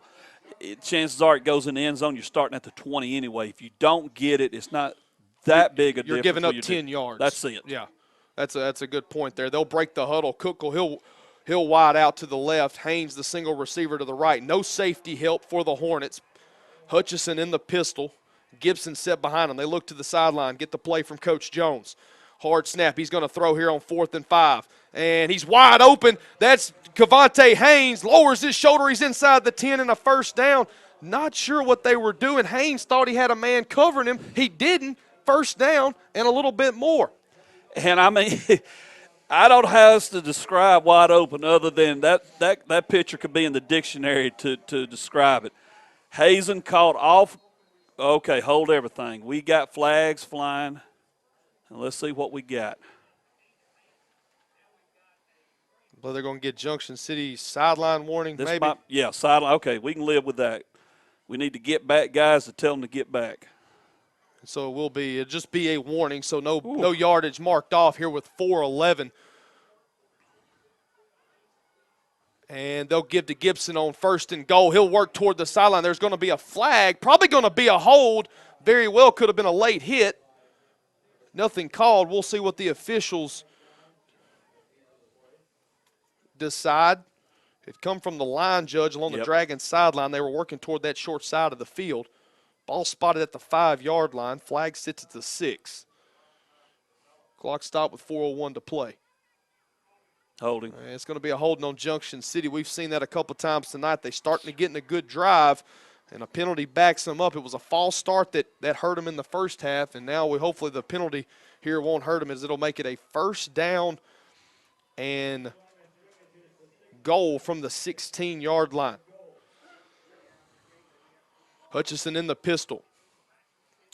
Kyron Cook, Cavante Haynes to the right. Gibson moves from behind Hutchison to his left. They'll throw, and it is caught. Touchdown, Cavante Haynes, 16 yards out. A 22-yard pass got him down there, and a 16-yard pass punches it in the end zone with 3:56 to play in the 3rd quarter. I didn't want to jump in on you, but that's why I couldn't help myself. I was trying to tell you, the slant's there, the slant's there. The way their defense overloaded to the far side of the field. They were expecting something there. And we said it all season long. You cannot cover Cavante Hayes one-on-one. And when he ran that slant, it popped right open. 22-18 is our score. The Dragons are going for 2 to try to cut it to 2 points. And they'll give to Gibson. He'll plow ahead. I believe he got in.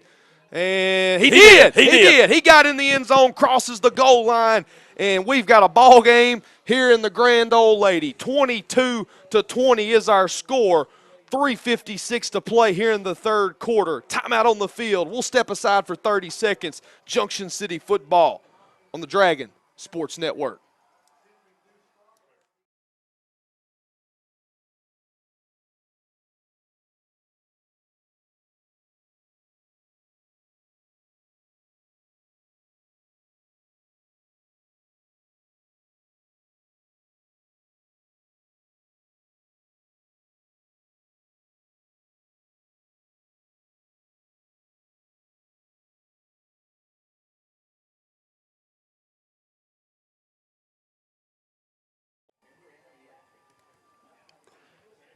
3:56 remaining in the third quarter. Junction City strikes back. It is now Hazen 22, Junction City 20. The Dragons doing it in the air. And we were talking about during the break there, Cavante Haynes, he was so wide open, it was unreal. The opportunities are there for Junction City in the air. Hazen determined to shut down the Dragon rushing attack. They respect it greatly. Jack Smith puts his foot into it, a cross kick. It's going to be fielded at about the 35. Junction City special teams on the job. Drop them at the 35-yard line. The Hornets will go to work from their own 35, 1st and 10, 3:56 remaining. Both teams, let's set this up real quick, have their timeouts remaining. And let me say this real quick, folks. We haven't had a chance to really talk about our sponsors.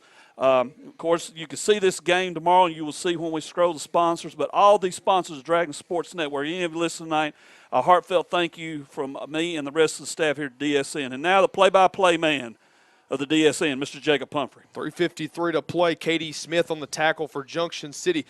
Hazen going to try to stretch it out here, and that's going to be Green. He's going to pick up a solid 5 yards as he moves up toward the 40-yard line.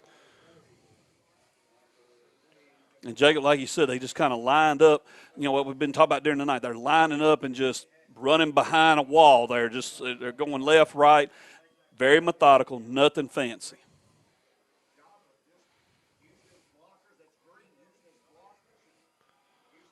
.5 yards on the carry by Green. Just kind of a slow read to the right. It's what they've been doing a lot tonight. Dragons trying to get set at the defensive front. This time they'll give to Penn. His number's called. And I tell you what, give these backs credit. I mean, they've earned every bit of the 1,500-plus yards they've gotten this year. But, a lot of it, I'm not saying a lot of it, but it always helps when you're falling forward. And that's what they've been doing tonight. It should have been about a 2-yard gain. Again, it goes for 4. Now it's a 3rd and 1. And you mentioned this several times already. That's the situation. Of course, anybody wants to be in that situation, redundant to say, but they love their short game on 3rd down, even on a 4th down. 3rd down and 1 from the Hazen 45. They give to Penn. He'll lower his shoulder along the right side. I tell you what, they've had some success there on the right side. And they get just enough there, 3 yards when they needed 1. That'll reset the chains for the Hornets as the clock will move under 3 minutes before the next snap. Looking at the Hazen side, looking at their huddle, and you're seeing guys, they're looking a little bit tired. And you're hoping, Junction City, if you can shut down this rushing attack of theirs, get the ball back, there may be some opportunities to strike quick because a lot of these guys play both ways. They'll change quarterbacks. They'll try to keep it in tight. Penn still on his feet. He got bottled up at the line of scrimmage. Nowhere to go. Nowhere to go. That didn't fool anybody. Weems, he's the guy they've been bringing into quarterback. They'll move Toll, the quarterback, to fullback. Only in 2A football do you see that. At 6'5", 235, moving from quarterback to fullback. Rightfully so. Penn nowhere to go there. Back to the line of scrimmage. No gain. Here's we're under 2.5 to play 3rd quarter. 22-20 is our score. It's been a wild one here in War Memorial. Well, I'm going to come up with my own term here. We need a non-positive play out of the Hazen offense right here on this 2nd down. Force them into a 3rd and long. 2nd down and 10.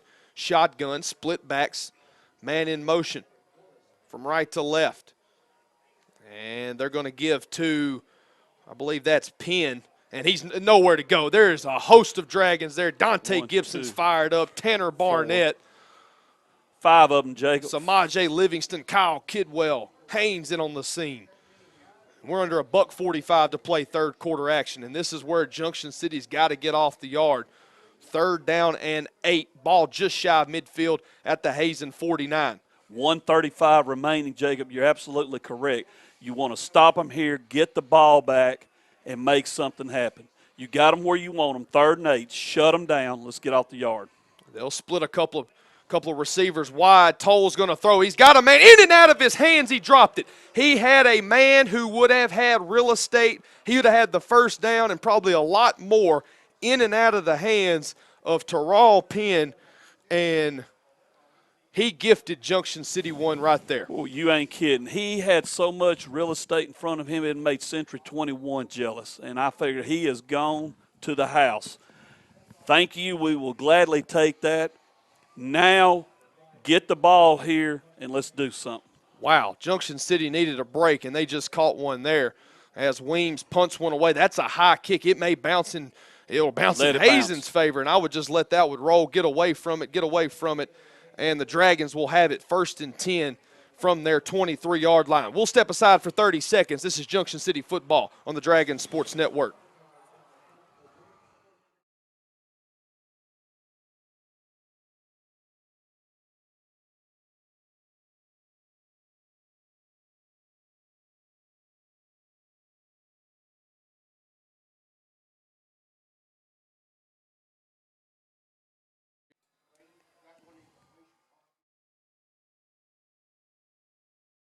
Cook gets the carry on 1st and 10.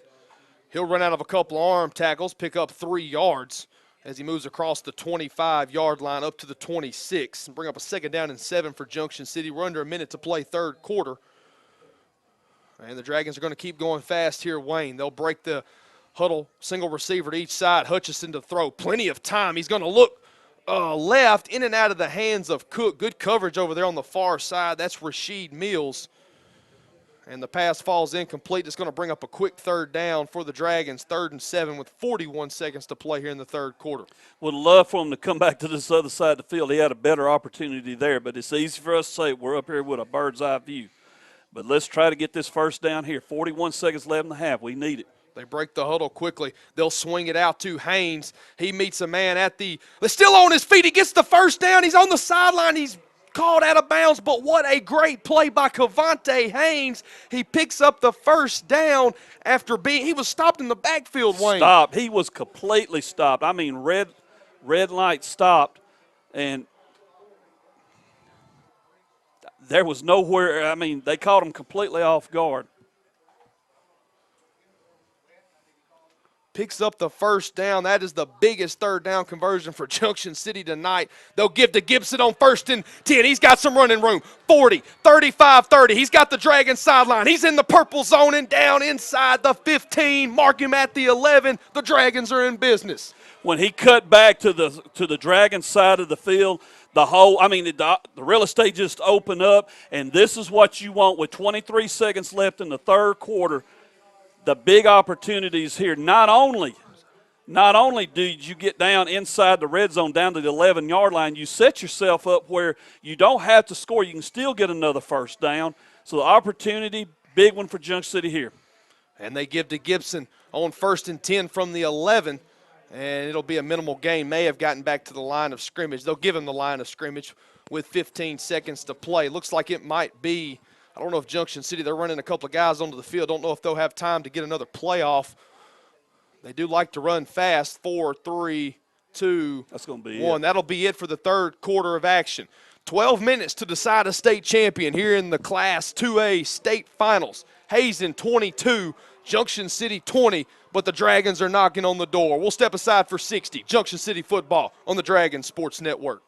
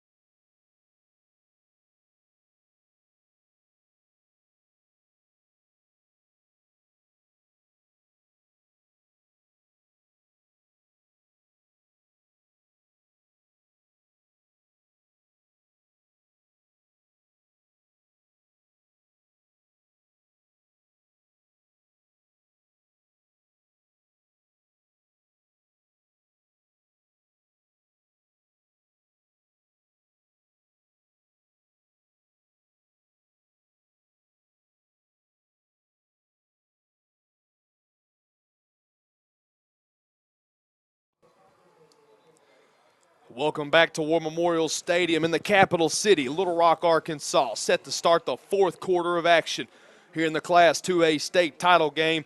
Junction City with a 2nd down and 9 from the 10-yard line. They trail by 2. Here's we start the final quarter of action. I'm Jacob Pumphrey alongside Wayne Pumphrey with the Dragon Sports Network. And if you're just joining in, you've missed a lot, but hold on. There's probably going to be a lot more here in the final 12 minutes of play. 2nd down and 9 from the 10. They give to Cook, And he'll work along the short side of the field, still on his feet. He gets inside the 10. They'll spot him down at the 7-yard line. So 3rd and 7 from the 8. The Dragons can get the 1st and goal opportunity without scoring. They set themselves up great here for a big opportunity, and you don't want to waste this one, no doubt about it. Hutchison in the shotgun. Gibson set to his left. He's going to look. He's got a man. That's Cook, and he overthrows him in the end zone. Cook did not run a very good route there, and his timing was completely off. Now the question, Jacob, is this. Do you go for it or do you kick? And Jack Smith has kicked his shoe off, and he is going to kick. They are going to attempt a field goal. This is going to be about a 25-yard attempt from the right hash, which is the far hash. They do have the high school goalpost. 11:24 to play. Junction City trailing by 2. A successful kick here gives them a 23-22 lead. Well, one thing about it, field goals have been good to us here at War Memorial. Hopefully one more will be again. Smith marks off his steps. He's going to be a straight-on kicker. Hutchison to hold. High snap. Smith's kick is up, and it is good. He got it. He knocked it through, tried and true, and the Dragons have the lead. 23-22 is our score. A 25-yarder from the foot of Big Jack Smith, and the Dragons are on top. 11:20 to play, fourth quarter action. We'll step aside 30 seconds. Dragon football on the Dragon Sports Network.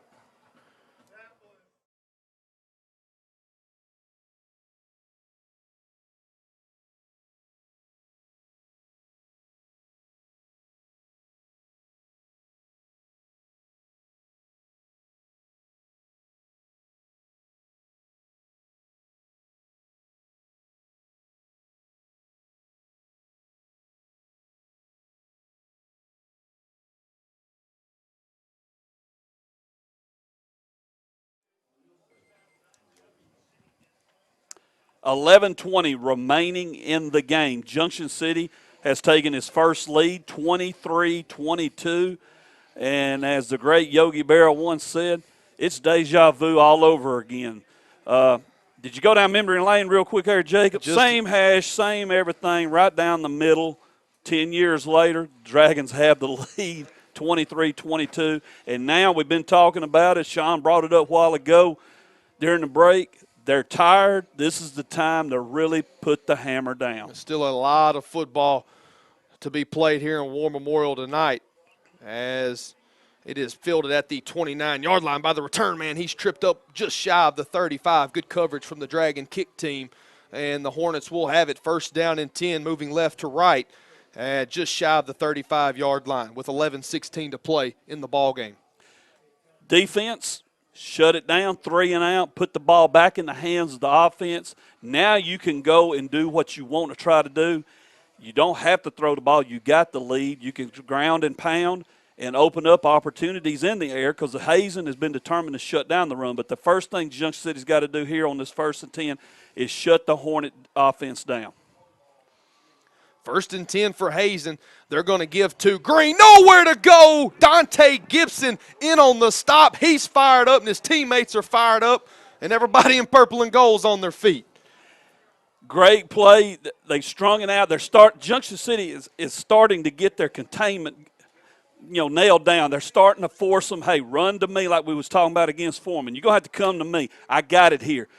They got to keep this going, because here's the great thing, Jacob. It is 2nd and 18. You're putting them in a long situation. They're starting to get a little concerned. They don't like throwing the ball. The only time they like to throw is when it comes to their favor. They'll work out of the pistol here on 2nd down and 18. They're going to throw. Gilbert, good coverage. Toll, he's going to keep it. Try to stiff arm a man. He tries to stiff arm Dante Gibson. He's not having any of it. He picks up 2, maybe 3, and that's going to be a 3rd down and long coming for the Hornets. We're under 10.5 to play in the 4th quarter. Okay, Junction City's fired. You look at that sideline, it's fired up. The coaches are fired up. The defense is fired up. Just one thing, keep your cool. In other words, let's don't get too carried away. Know your assignments here on this 3rd down. What are they going to try to do? More than likely, going to try to throw it here. They're in a situation they don't want to be in. Don't let them have something good here. They break the huddle, 3 wide receivers to the top of the formation, and Toll, he'll roll out that way. He's going to look to throw, stays on his feet. That's fine. He'll get back to the original line of scrimmage. But you got to think they're punting here. That's a gain of about 8. It'll bring up a 4th down and 8 for the Hornets as Toll on the keeper gets up to the 37-yard line of the Hornets. And I believe Hazen's going to be forced to punt it here. Dragons making some changes defensively. Under 9.5 to play. Clock continuing to roll here in War Memorial. Dragons running guys Late on and off the field. Woo. I tell you what, Kyle Kidwell, he ran a 40-yard dash trying to get off the field. Good job on his part. Nice snap. Line drive kick. It's going to be fielded by Haynes. And it's going to be a minimal return. I'm just glad he was able to hold on to that football with that line drive kick. 9:09 to play, 4th quarter. Dragons with the football. They lead by 1. We'll step aside for 30 seconds on the Dragon Sports Network.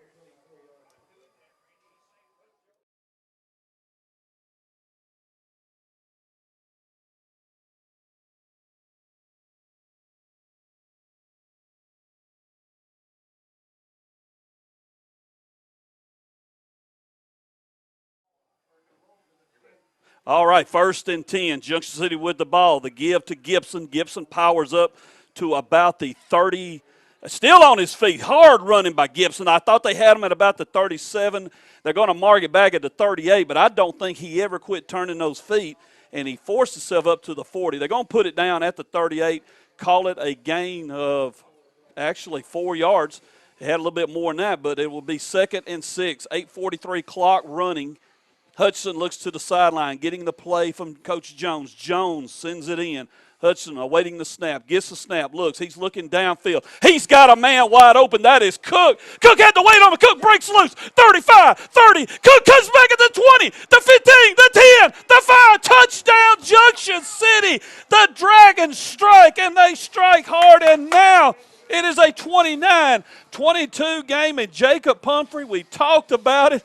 Cook had to wait on it, but when he caught it, he put on his Dancing with the Star moves, and now the Dragons, oh boy, they're in a good spot, and a huge 2-point conversion coming up here. If Junction City can get this, they will have a 2-possession lead. Against an offense that likes to eat clock when they run the football. 63 yards.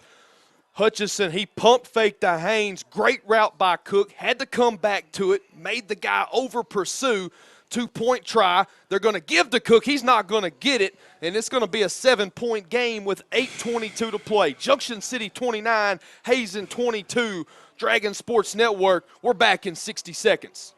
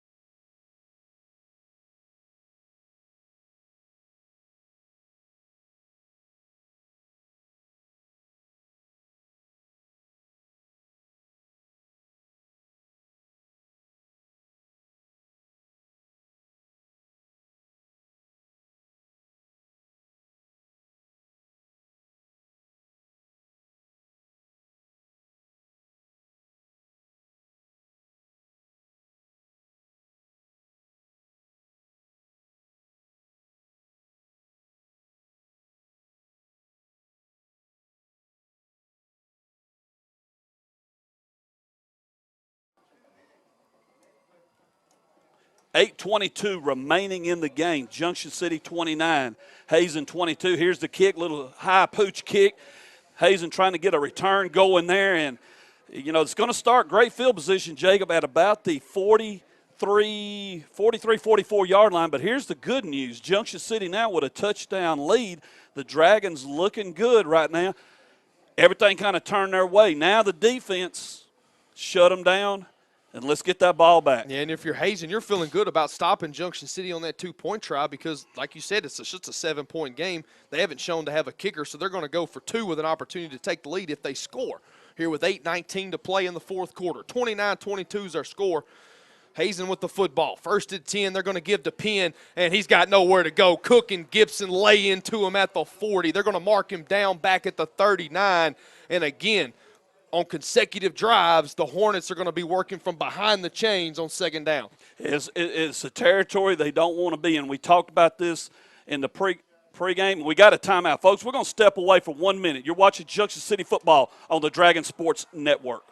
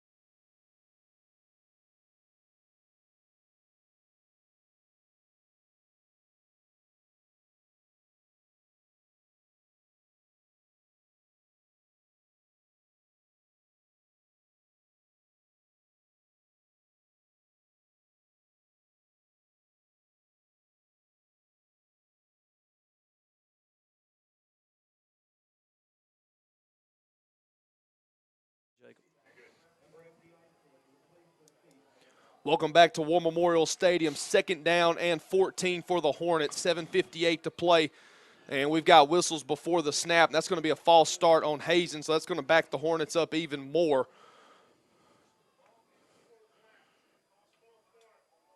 And we get the official call from the head referee. And that'll put the football for the Hornets back at their own 34-yard line. So they're starting to work behind the chains here. That's the first penalty for the Hornets tonight. Wow. 56 remaining in the game. And that's their first penalty. Backs them up 5. It'll create a 2nd down and 19 from their own 34. 29-22 is our score. Junction City on top. 2nd down and Toll. He's gonna look to pass. He's being pressured by Carroll. Ball's on the ground. Toll's able to pick it up, but he won't go much further. And he's going to be tackled at the 28-yard line. Another loss. It is 3rd down, and I believe they're going to mark it off. It's going to be about 3rd and 23, 24 yards to go. They've got to get to the Junction City 47-yard line for the 1st down. The ball is at the Hazen 28-yard line with 7:20 and ticking to play here in the 4th quarter. Great pressure by Jemiah Carroll, one of those unsung heroes on the Dragon defense. Big 3rd down for both squads. They're going to throw. It's going to be a fade route up the side. Gilbert, and the pass is, I believe it's caught. He caught it.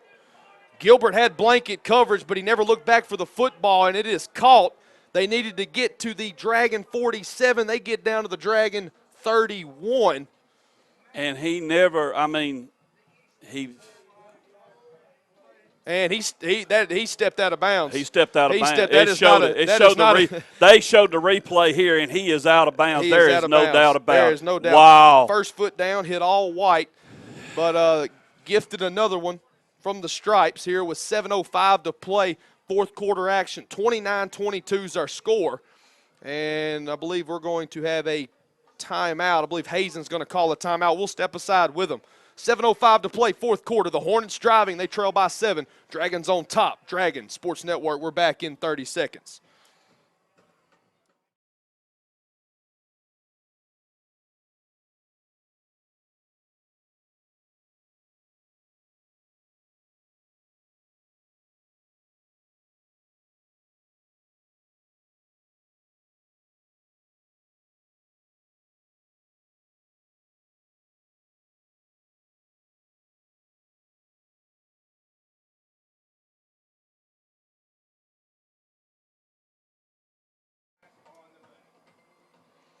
Back here at War Memorial Stadium, Little Rock, Arkansas. 7:05 to play, 4th quarter. It's getting down to the nitty-gritty. Ball at the 31-yard line of the Hornets after the big completion. Arguably, it was 41 yards. Looked like he might have stepped out of bounds before hauling it in. Regardless, Hornets trail by 7, but they're driving. And they'll keep it on the ground. They'll give to believe that's green. He's going to go nowhere, maybe a yard. I think they'll give him the 30. It'll bring up 2nd down and 9. I tell you what, Wayne, you've got that in the back of your mind thinking that, yeah, he stepped out of bounds. But if you're the Dragon defense, you've got to erase that. Oh, it's over with. That's over. That play does not matter no more. Your play, your most important play, is the next play. Here's something to think about. Hazen has burned 2 timeouts. They only got 1 left. On defense, you want to be the one. Let's shut them down because now we can put them in a bad spot by getting the ball back here. Under 6.5 to play. Ball's on the ground, and it's picked up by Toll. He's got nowhere to go. He's going to be dropped for a loss, and the Hornets are going to be working from behind the chains, and that is a favorable spot despite it being behind the chains. Even the chain gang member goes back to where the football was at, and they're going to mark it with the object. Okay, I was looking at the wrong official there. They're going to mark him back at the 34-yard line. Right. All right, Jacob, you got them 3rd and 13.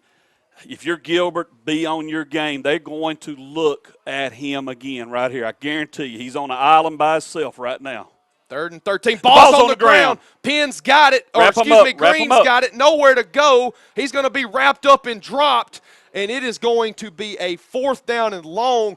The clock will be under 5.5 before the next snap. You're faced with a decision here. Do you punt it away, ask your defense to stop Junction City, or do you go for it and risk giving the Dragons the football with this field position? Well, here's your problem. Look at that scoreboard again and look at timeouts. They got 1 left. If Junction City can get the ball and make some first downs, great things will happen. They're going, Jacob. There's no doubt they got to, and they are. And they're going to empty the backfield here. Nobody beside Toll. He's going to look to pass. Steps up in the pocket. He's going to be wrapped up and dropped for a loss. It's a turnover on downs. Jemiah Carroll. What a play. Samaje Livingston in on the stop as well, and that's the turnover the Dragons needed. Now, let's set the stage here. 5:02 remaining in this game. Junction City up 29-22. The Dragons got all 3 timeouts left. You're putting your offense on the field. Hazen has 1 timeout. If you can get your ground game going, great things can happen. I keep saying that, and the reason I say that, you got all them playmakers on the field. That's how we got the last touchdown. They had to decide who to cover. Cook gets open, makes a play, and that's why we got the lead. And they're going to split it. 2 receivers out to the right. Hutchison's going to give to Gibson on 1st down. He's still on his feet, runs through a couple of arm tackles. He's carrying guys down to the 40-yard line, running like a man possessed.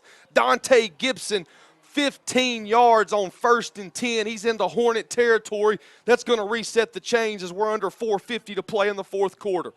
And every time you get a first down, you start it over. What I'm talking about is you start your possession clock over. Every time you get a first down, Hazen's got to decide, what are we going to do with this 1 timeout?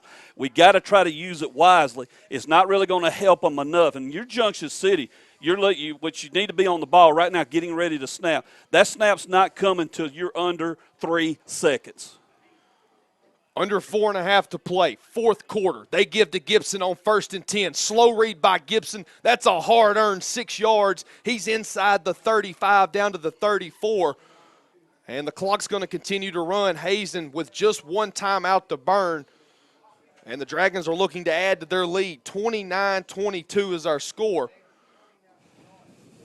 Junction City by 7. The next snap will come under 3:50, I would imagine. You took the words out of my mouth. I was going to say, next snap ain't coming under 4 minutes. Slow down my pounding heart. Haynes and Cook break the huddle. There'll be a twin set to the top of the formation, but they're going to go back to Gibson. He'll be wrapped up from behind, and they're going to give him forward progression 2 yards. Clock moves under 3:45. That'll bring up a 3rd down and 2, a huge 3rd down for both sides. And Jacob, Junction City, the only clock you're looking at is that 25-second clock. It has not started yet. You don't worry about the game clock. You keep watching that 25, and then you milk everything you can milk. This is 4-down territory. No ands, ifs, or Christmas buts about it.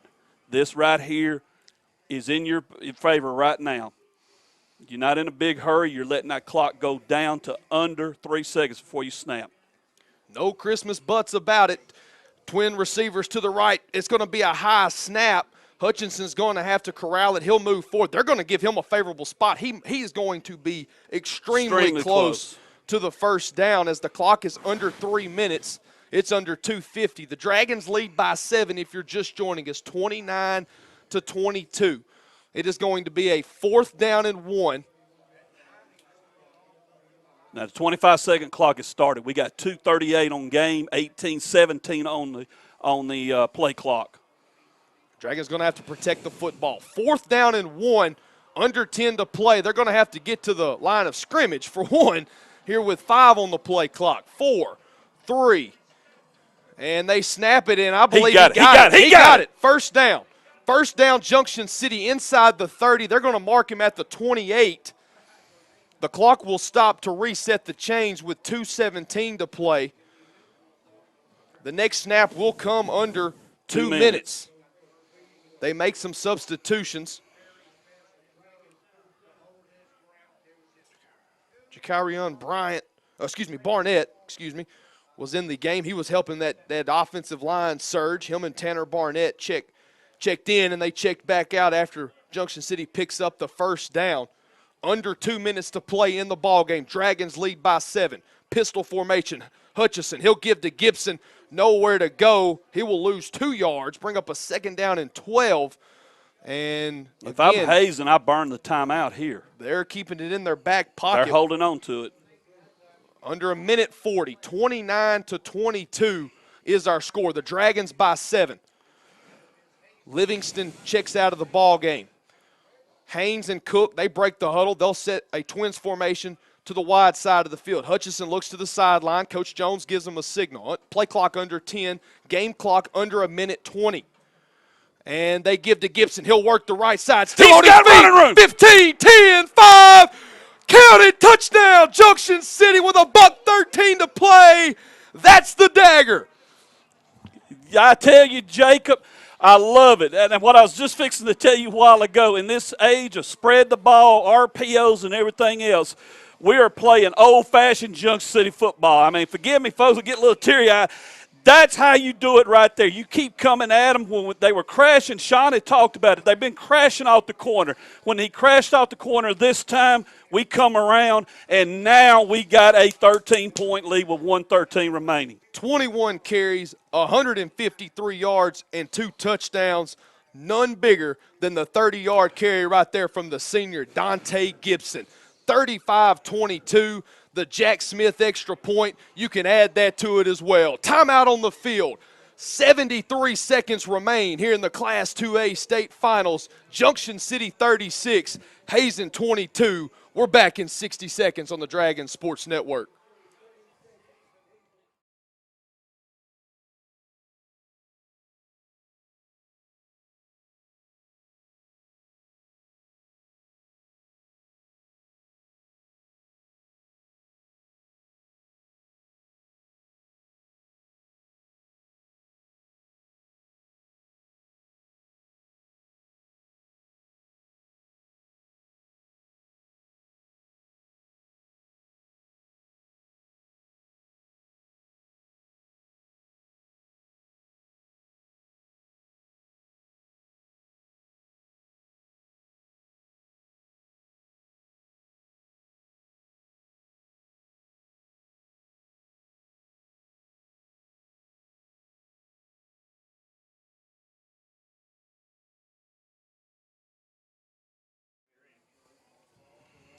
Jack Smith's kickoff.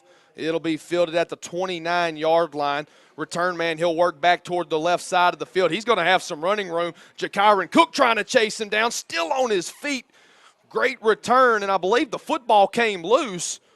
It did. But Hazen's going to recover it at the 46-yard line is where they're going to spot the football with 1 minute and 4 seconds to play. The Hornets have a timeout to work with, but they're trailing by 14 points. And, Jacob, while we're getting ready here, if you'd have told me standing in the parking lot at Red Franklin Memorial Stadium after that Haynesville game, we would be here with a 2-touchdown lead and 1:04 remaining, even I would have had to look at you like, I'm worried about you, son. It is unreal, absolutely unreal.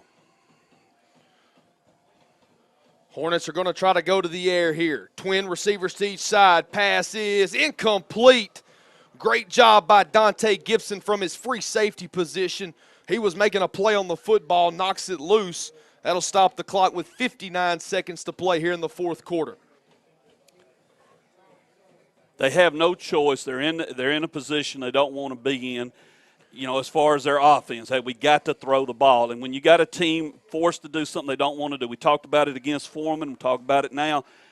This is what happens. Junction City, do your job. Just do what you're supposed to do, nothing fancy. You got to keep the football in front of you if you're in the secondary. Absolutely. Twin receivers to each side. They'll fake to the man in motion. Toll, he's going to sprint out right. He's going to throw right, and it is going to be intercepted. Gibson, he picks it off at the 18-yard line. He's going to sit on the turf, and that is going to do it. With 49 seconds to play, it's Dragon football with a 14-point lead. Let me tell you why we're fixing to bring home the 7th title to the border town. When the coaches made this decision, when Coach Jones said, put all my playmakers on the field, you watch playmakers tonight make plays. Sean Enos up there saying it. Let me give a little credit to his old receiver, Michael Irvin. What do playmakers do? They make plays, baby. They make plays. They did it tonight. The defense, we went back to what we used to do. The defense has done its job tonight when it had to. When plays had to be made, when the jobs had to be done, Junction City got it done, and now they're in the best formation in football. Brady Hutchinson under center with 49 seconds to play. He will take the snap and take a knee. And there will be, I believe the Dragons will need 2 more snaps here. I think one's going to. No, I think, excuse me, one will do it. I apologize. One will do it. That's Gibson, what he's watching. He's the safe man at the goal line. Football at the 20. 20 seconds to play. Hutchison takes the snap. He'll take a knee. And ladies and gentlemen, for the 7th time in program history, the Class 2A state championship trophy is headed back south to the border town. Stick a fork in her. She is done. That is the ball game. Your final score, Junction City 36, Hazen 22. The 2018 state champions, Class AA. They were knocked down many times this season, but, folks, they were never knocked out. It's your Junction City Dragons. We will be back in 60 seconds with our post-game show.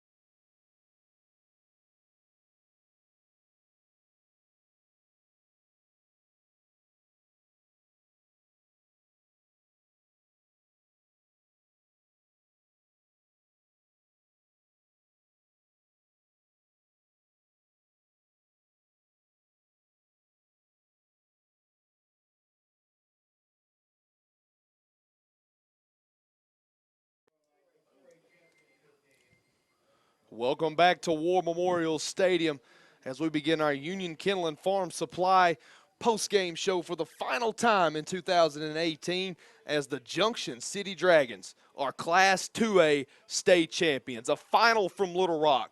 The Dragons 36, the Hazen Hornets 22. The Dragons finished 12-2 on the season.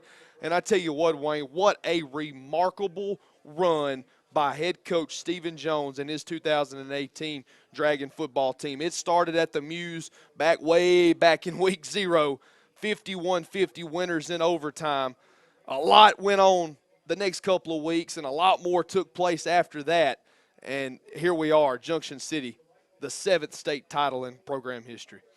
Well, we talked about it right before the game with Strong. Coach Jones come over and talk to us. Hey, you're going to see some things different tonight. Here's what we did. And he laid it out. I'm putting all my playmakers on the field. I'm switching defense. We've talked about that repeatedly. Coaches, sometimes they go back and they're stubborn. Hey, I'm not changing what I'm going to do.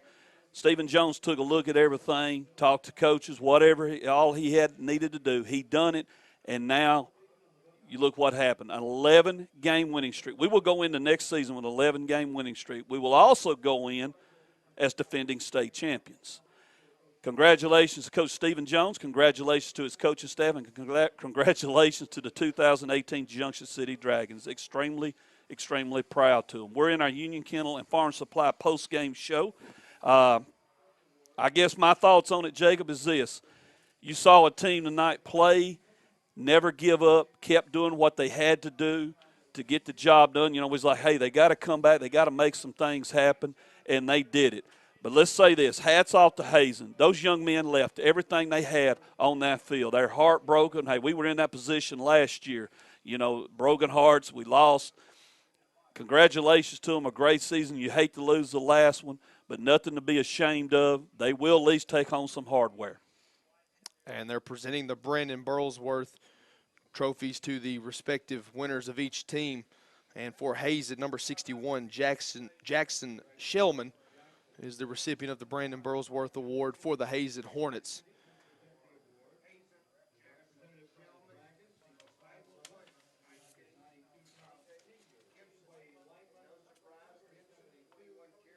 And the recipient of the Brandon Burlsworth Award for Junction City, senior offensive and defensive lineman, number 72, Cody Adkins. And a job well done right there from Cody Adkins, which is something I want to bring up here once we get through with the MVP presentation. See, what's a special moment for Cody Atkins, being able to speak from experience. I mean, it's pretty special to go down there and be able to accept an award over someone who wasn't just a good football player, but was a great human being as well, and Brandon Burlsworth.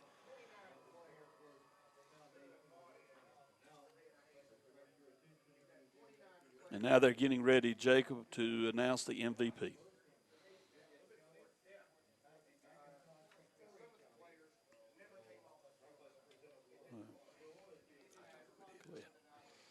And the MVP of the 2018 Class 2A state championship game with 21 carries for 153 yards and 2 touchdowns. None bigger than that 30-yard carry for a score to put away the Hornets. Number 7, the senior running back, Dante Gibson.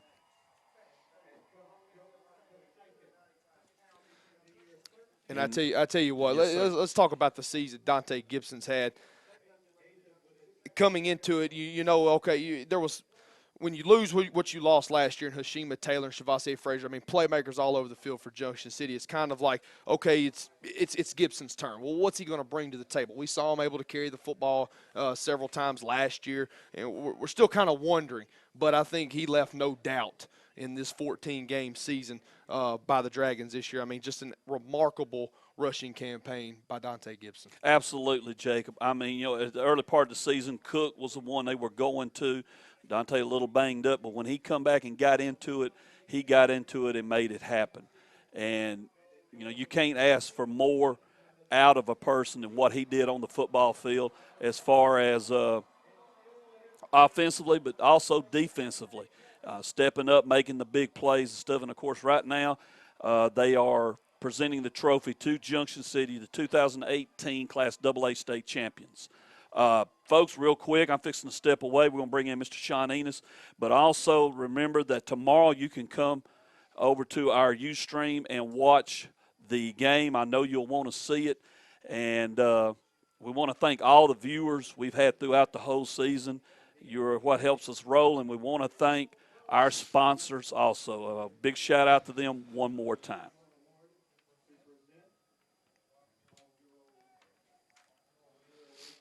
As we're bringing Mr. Sean on here to continue the Union Kennel and Farm Supply post-game show, looking at just some of the final numbers for Junction City. Brady Hutchison, 6 of 12 passing, 156 yards and 2 touchdowns. 1 to Cavante Haynes, 1 to Jakyron Cook, both huge plays. Haynes finishes with 4 catches for 55 yards and a score on 6 targets.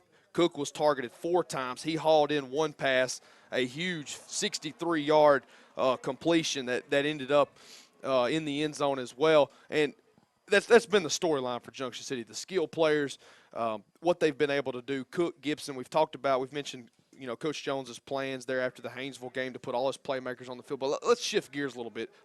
A year ago, you're in the press box with us, you're in the booth with us, and one of the glaring, I don't want to say weaknesses, one of the glaring miscues for Junction City, not just in the state championship game, we saw it kind of building up through that playoff run, the offensive line. The offensive line was just, there was some holes, there was some inability to hold on to blocks, but not only tonight, this was the pinnacle for them in their performance. Obviously, with Gibson being able to carry it 21 times for $153, Cook being able to carry 11 times for 95 yards. They made a complete 180. I mean, that's impressive what the offensive line has been able to do the last couple of weeks, obviously capping it off with a huge performance here tonight. Absolutely. I mean, a year ago, not only that, but a year ago, Junction City shot themselves in the foot over and over in the title game. Turnovers, horrible penalties. I mean, anything you could think that could go wrong a year ago did. To start out this season, the same thing was happening. Am I right? And you guys keep pointing to the strong game. I keep thinking about sitting in that cold rain in Fordyce that night. To me, that's when I first saw us line up and start whipping people when we had to. And I think it's just started a roll ever since then, honestly, for me. And I think you're right. And like Wayne said before he got off the air, 11 straight for Junction City. They're going to roll into 2019 on an 11-game winning streak.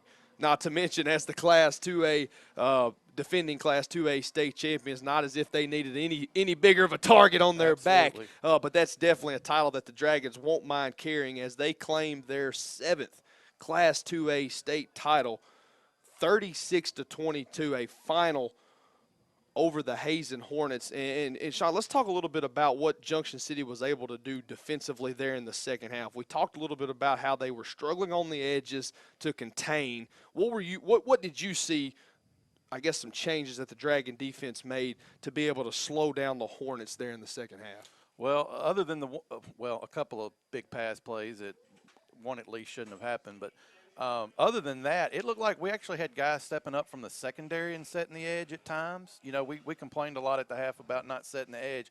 That got accomplished a lot more in the second half, even if we had to have a guy from the secondary step up and do it.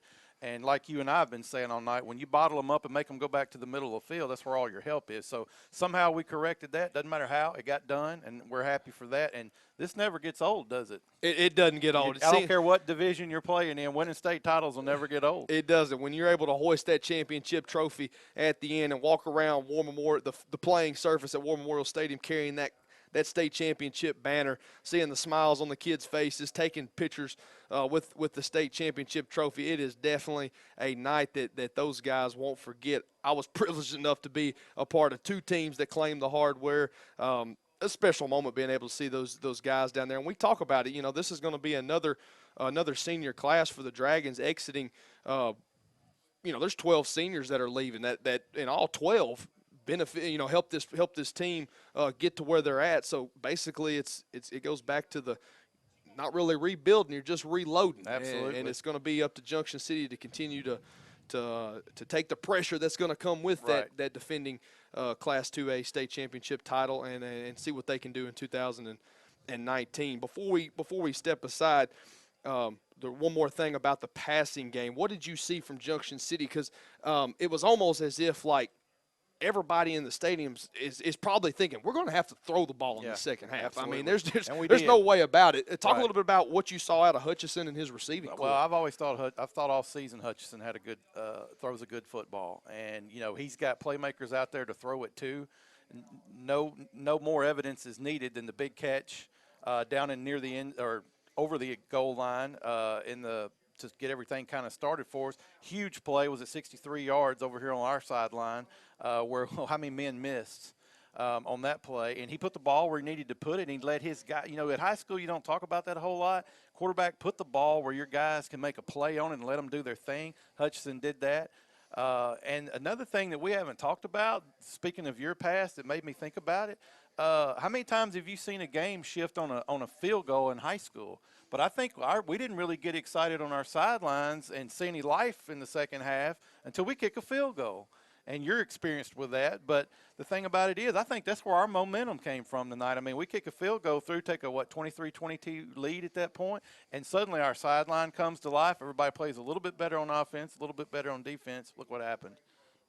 All from a field goal. That's it. A 25-yarder from the foot of Jack Smith from the right hash gave Junction City, as Mr. Sean just said, a 23-22 lead, and the Dragons would tack on 13 more points down the stretch as they claim their 7th state title in program history. A final here from War Memorial Stadium, 36-22. For all of you that have followed the Dragon Sports Network and Junction City football throughout the 2018 campaign, we thank you for getting on board. Again, to our sponsors who help make this all possible, allow us to bring Junction City football to the small press boxes of Class 2A, to the big booths of War Memorial Stadium. We thank you for all your support and all that you do. And to 101.5 The Hog, we appreciate you letting us come on board and be a part of what you're wanting to do with Junction City football.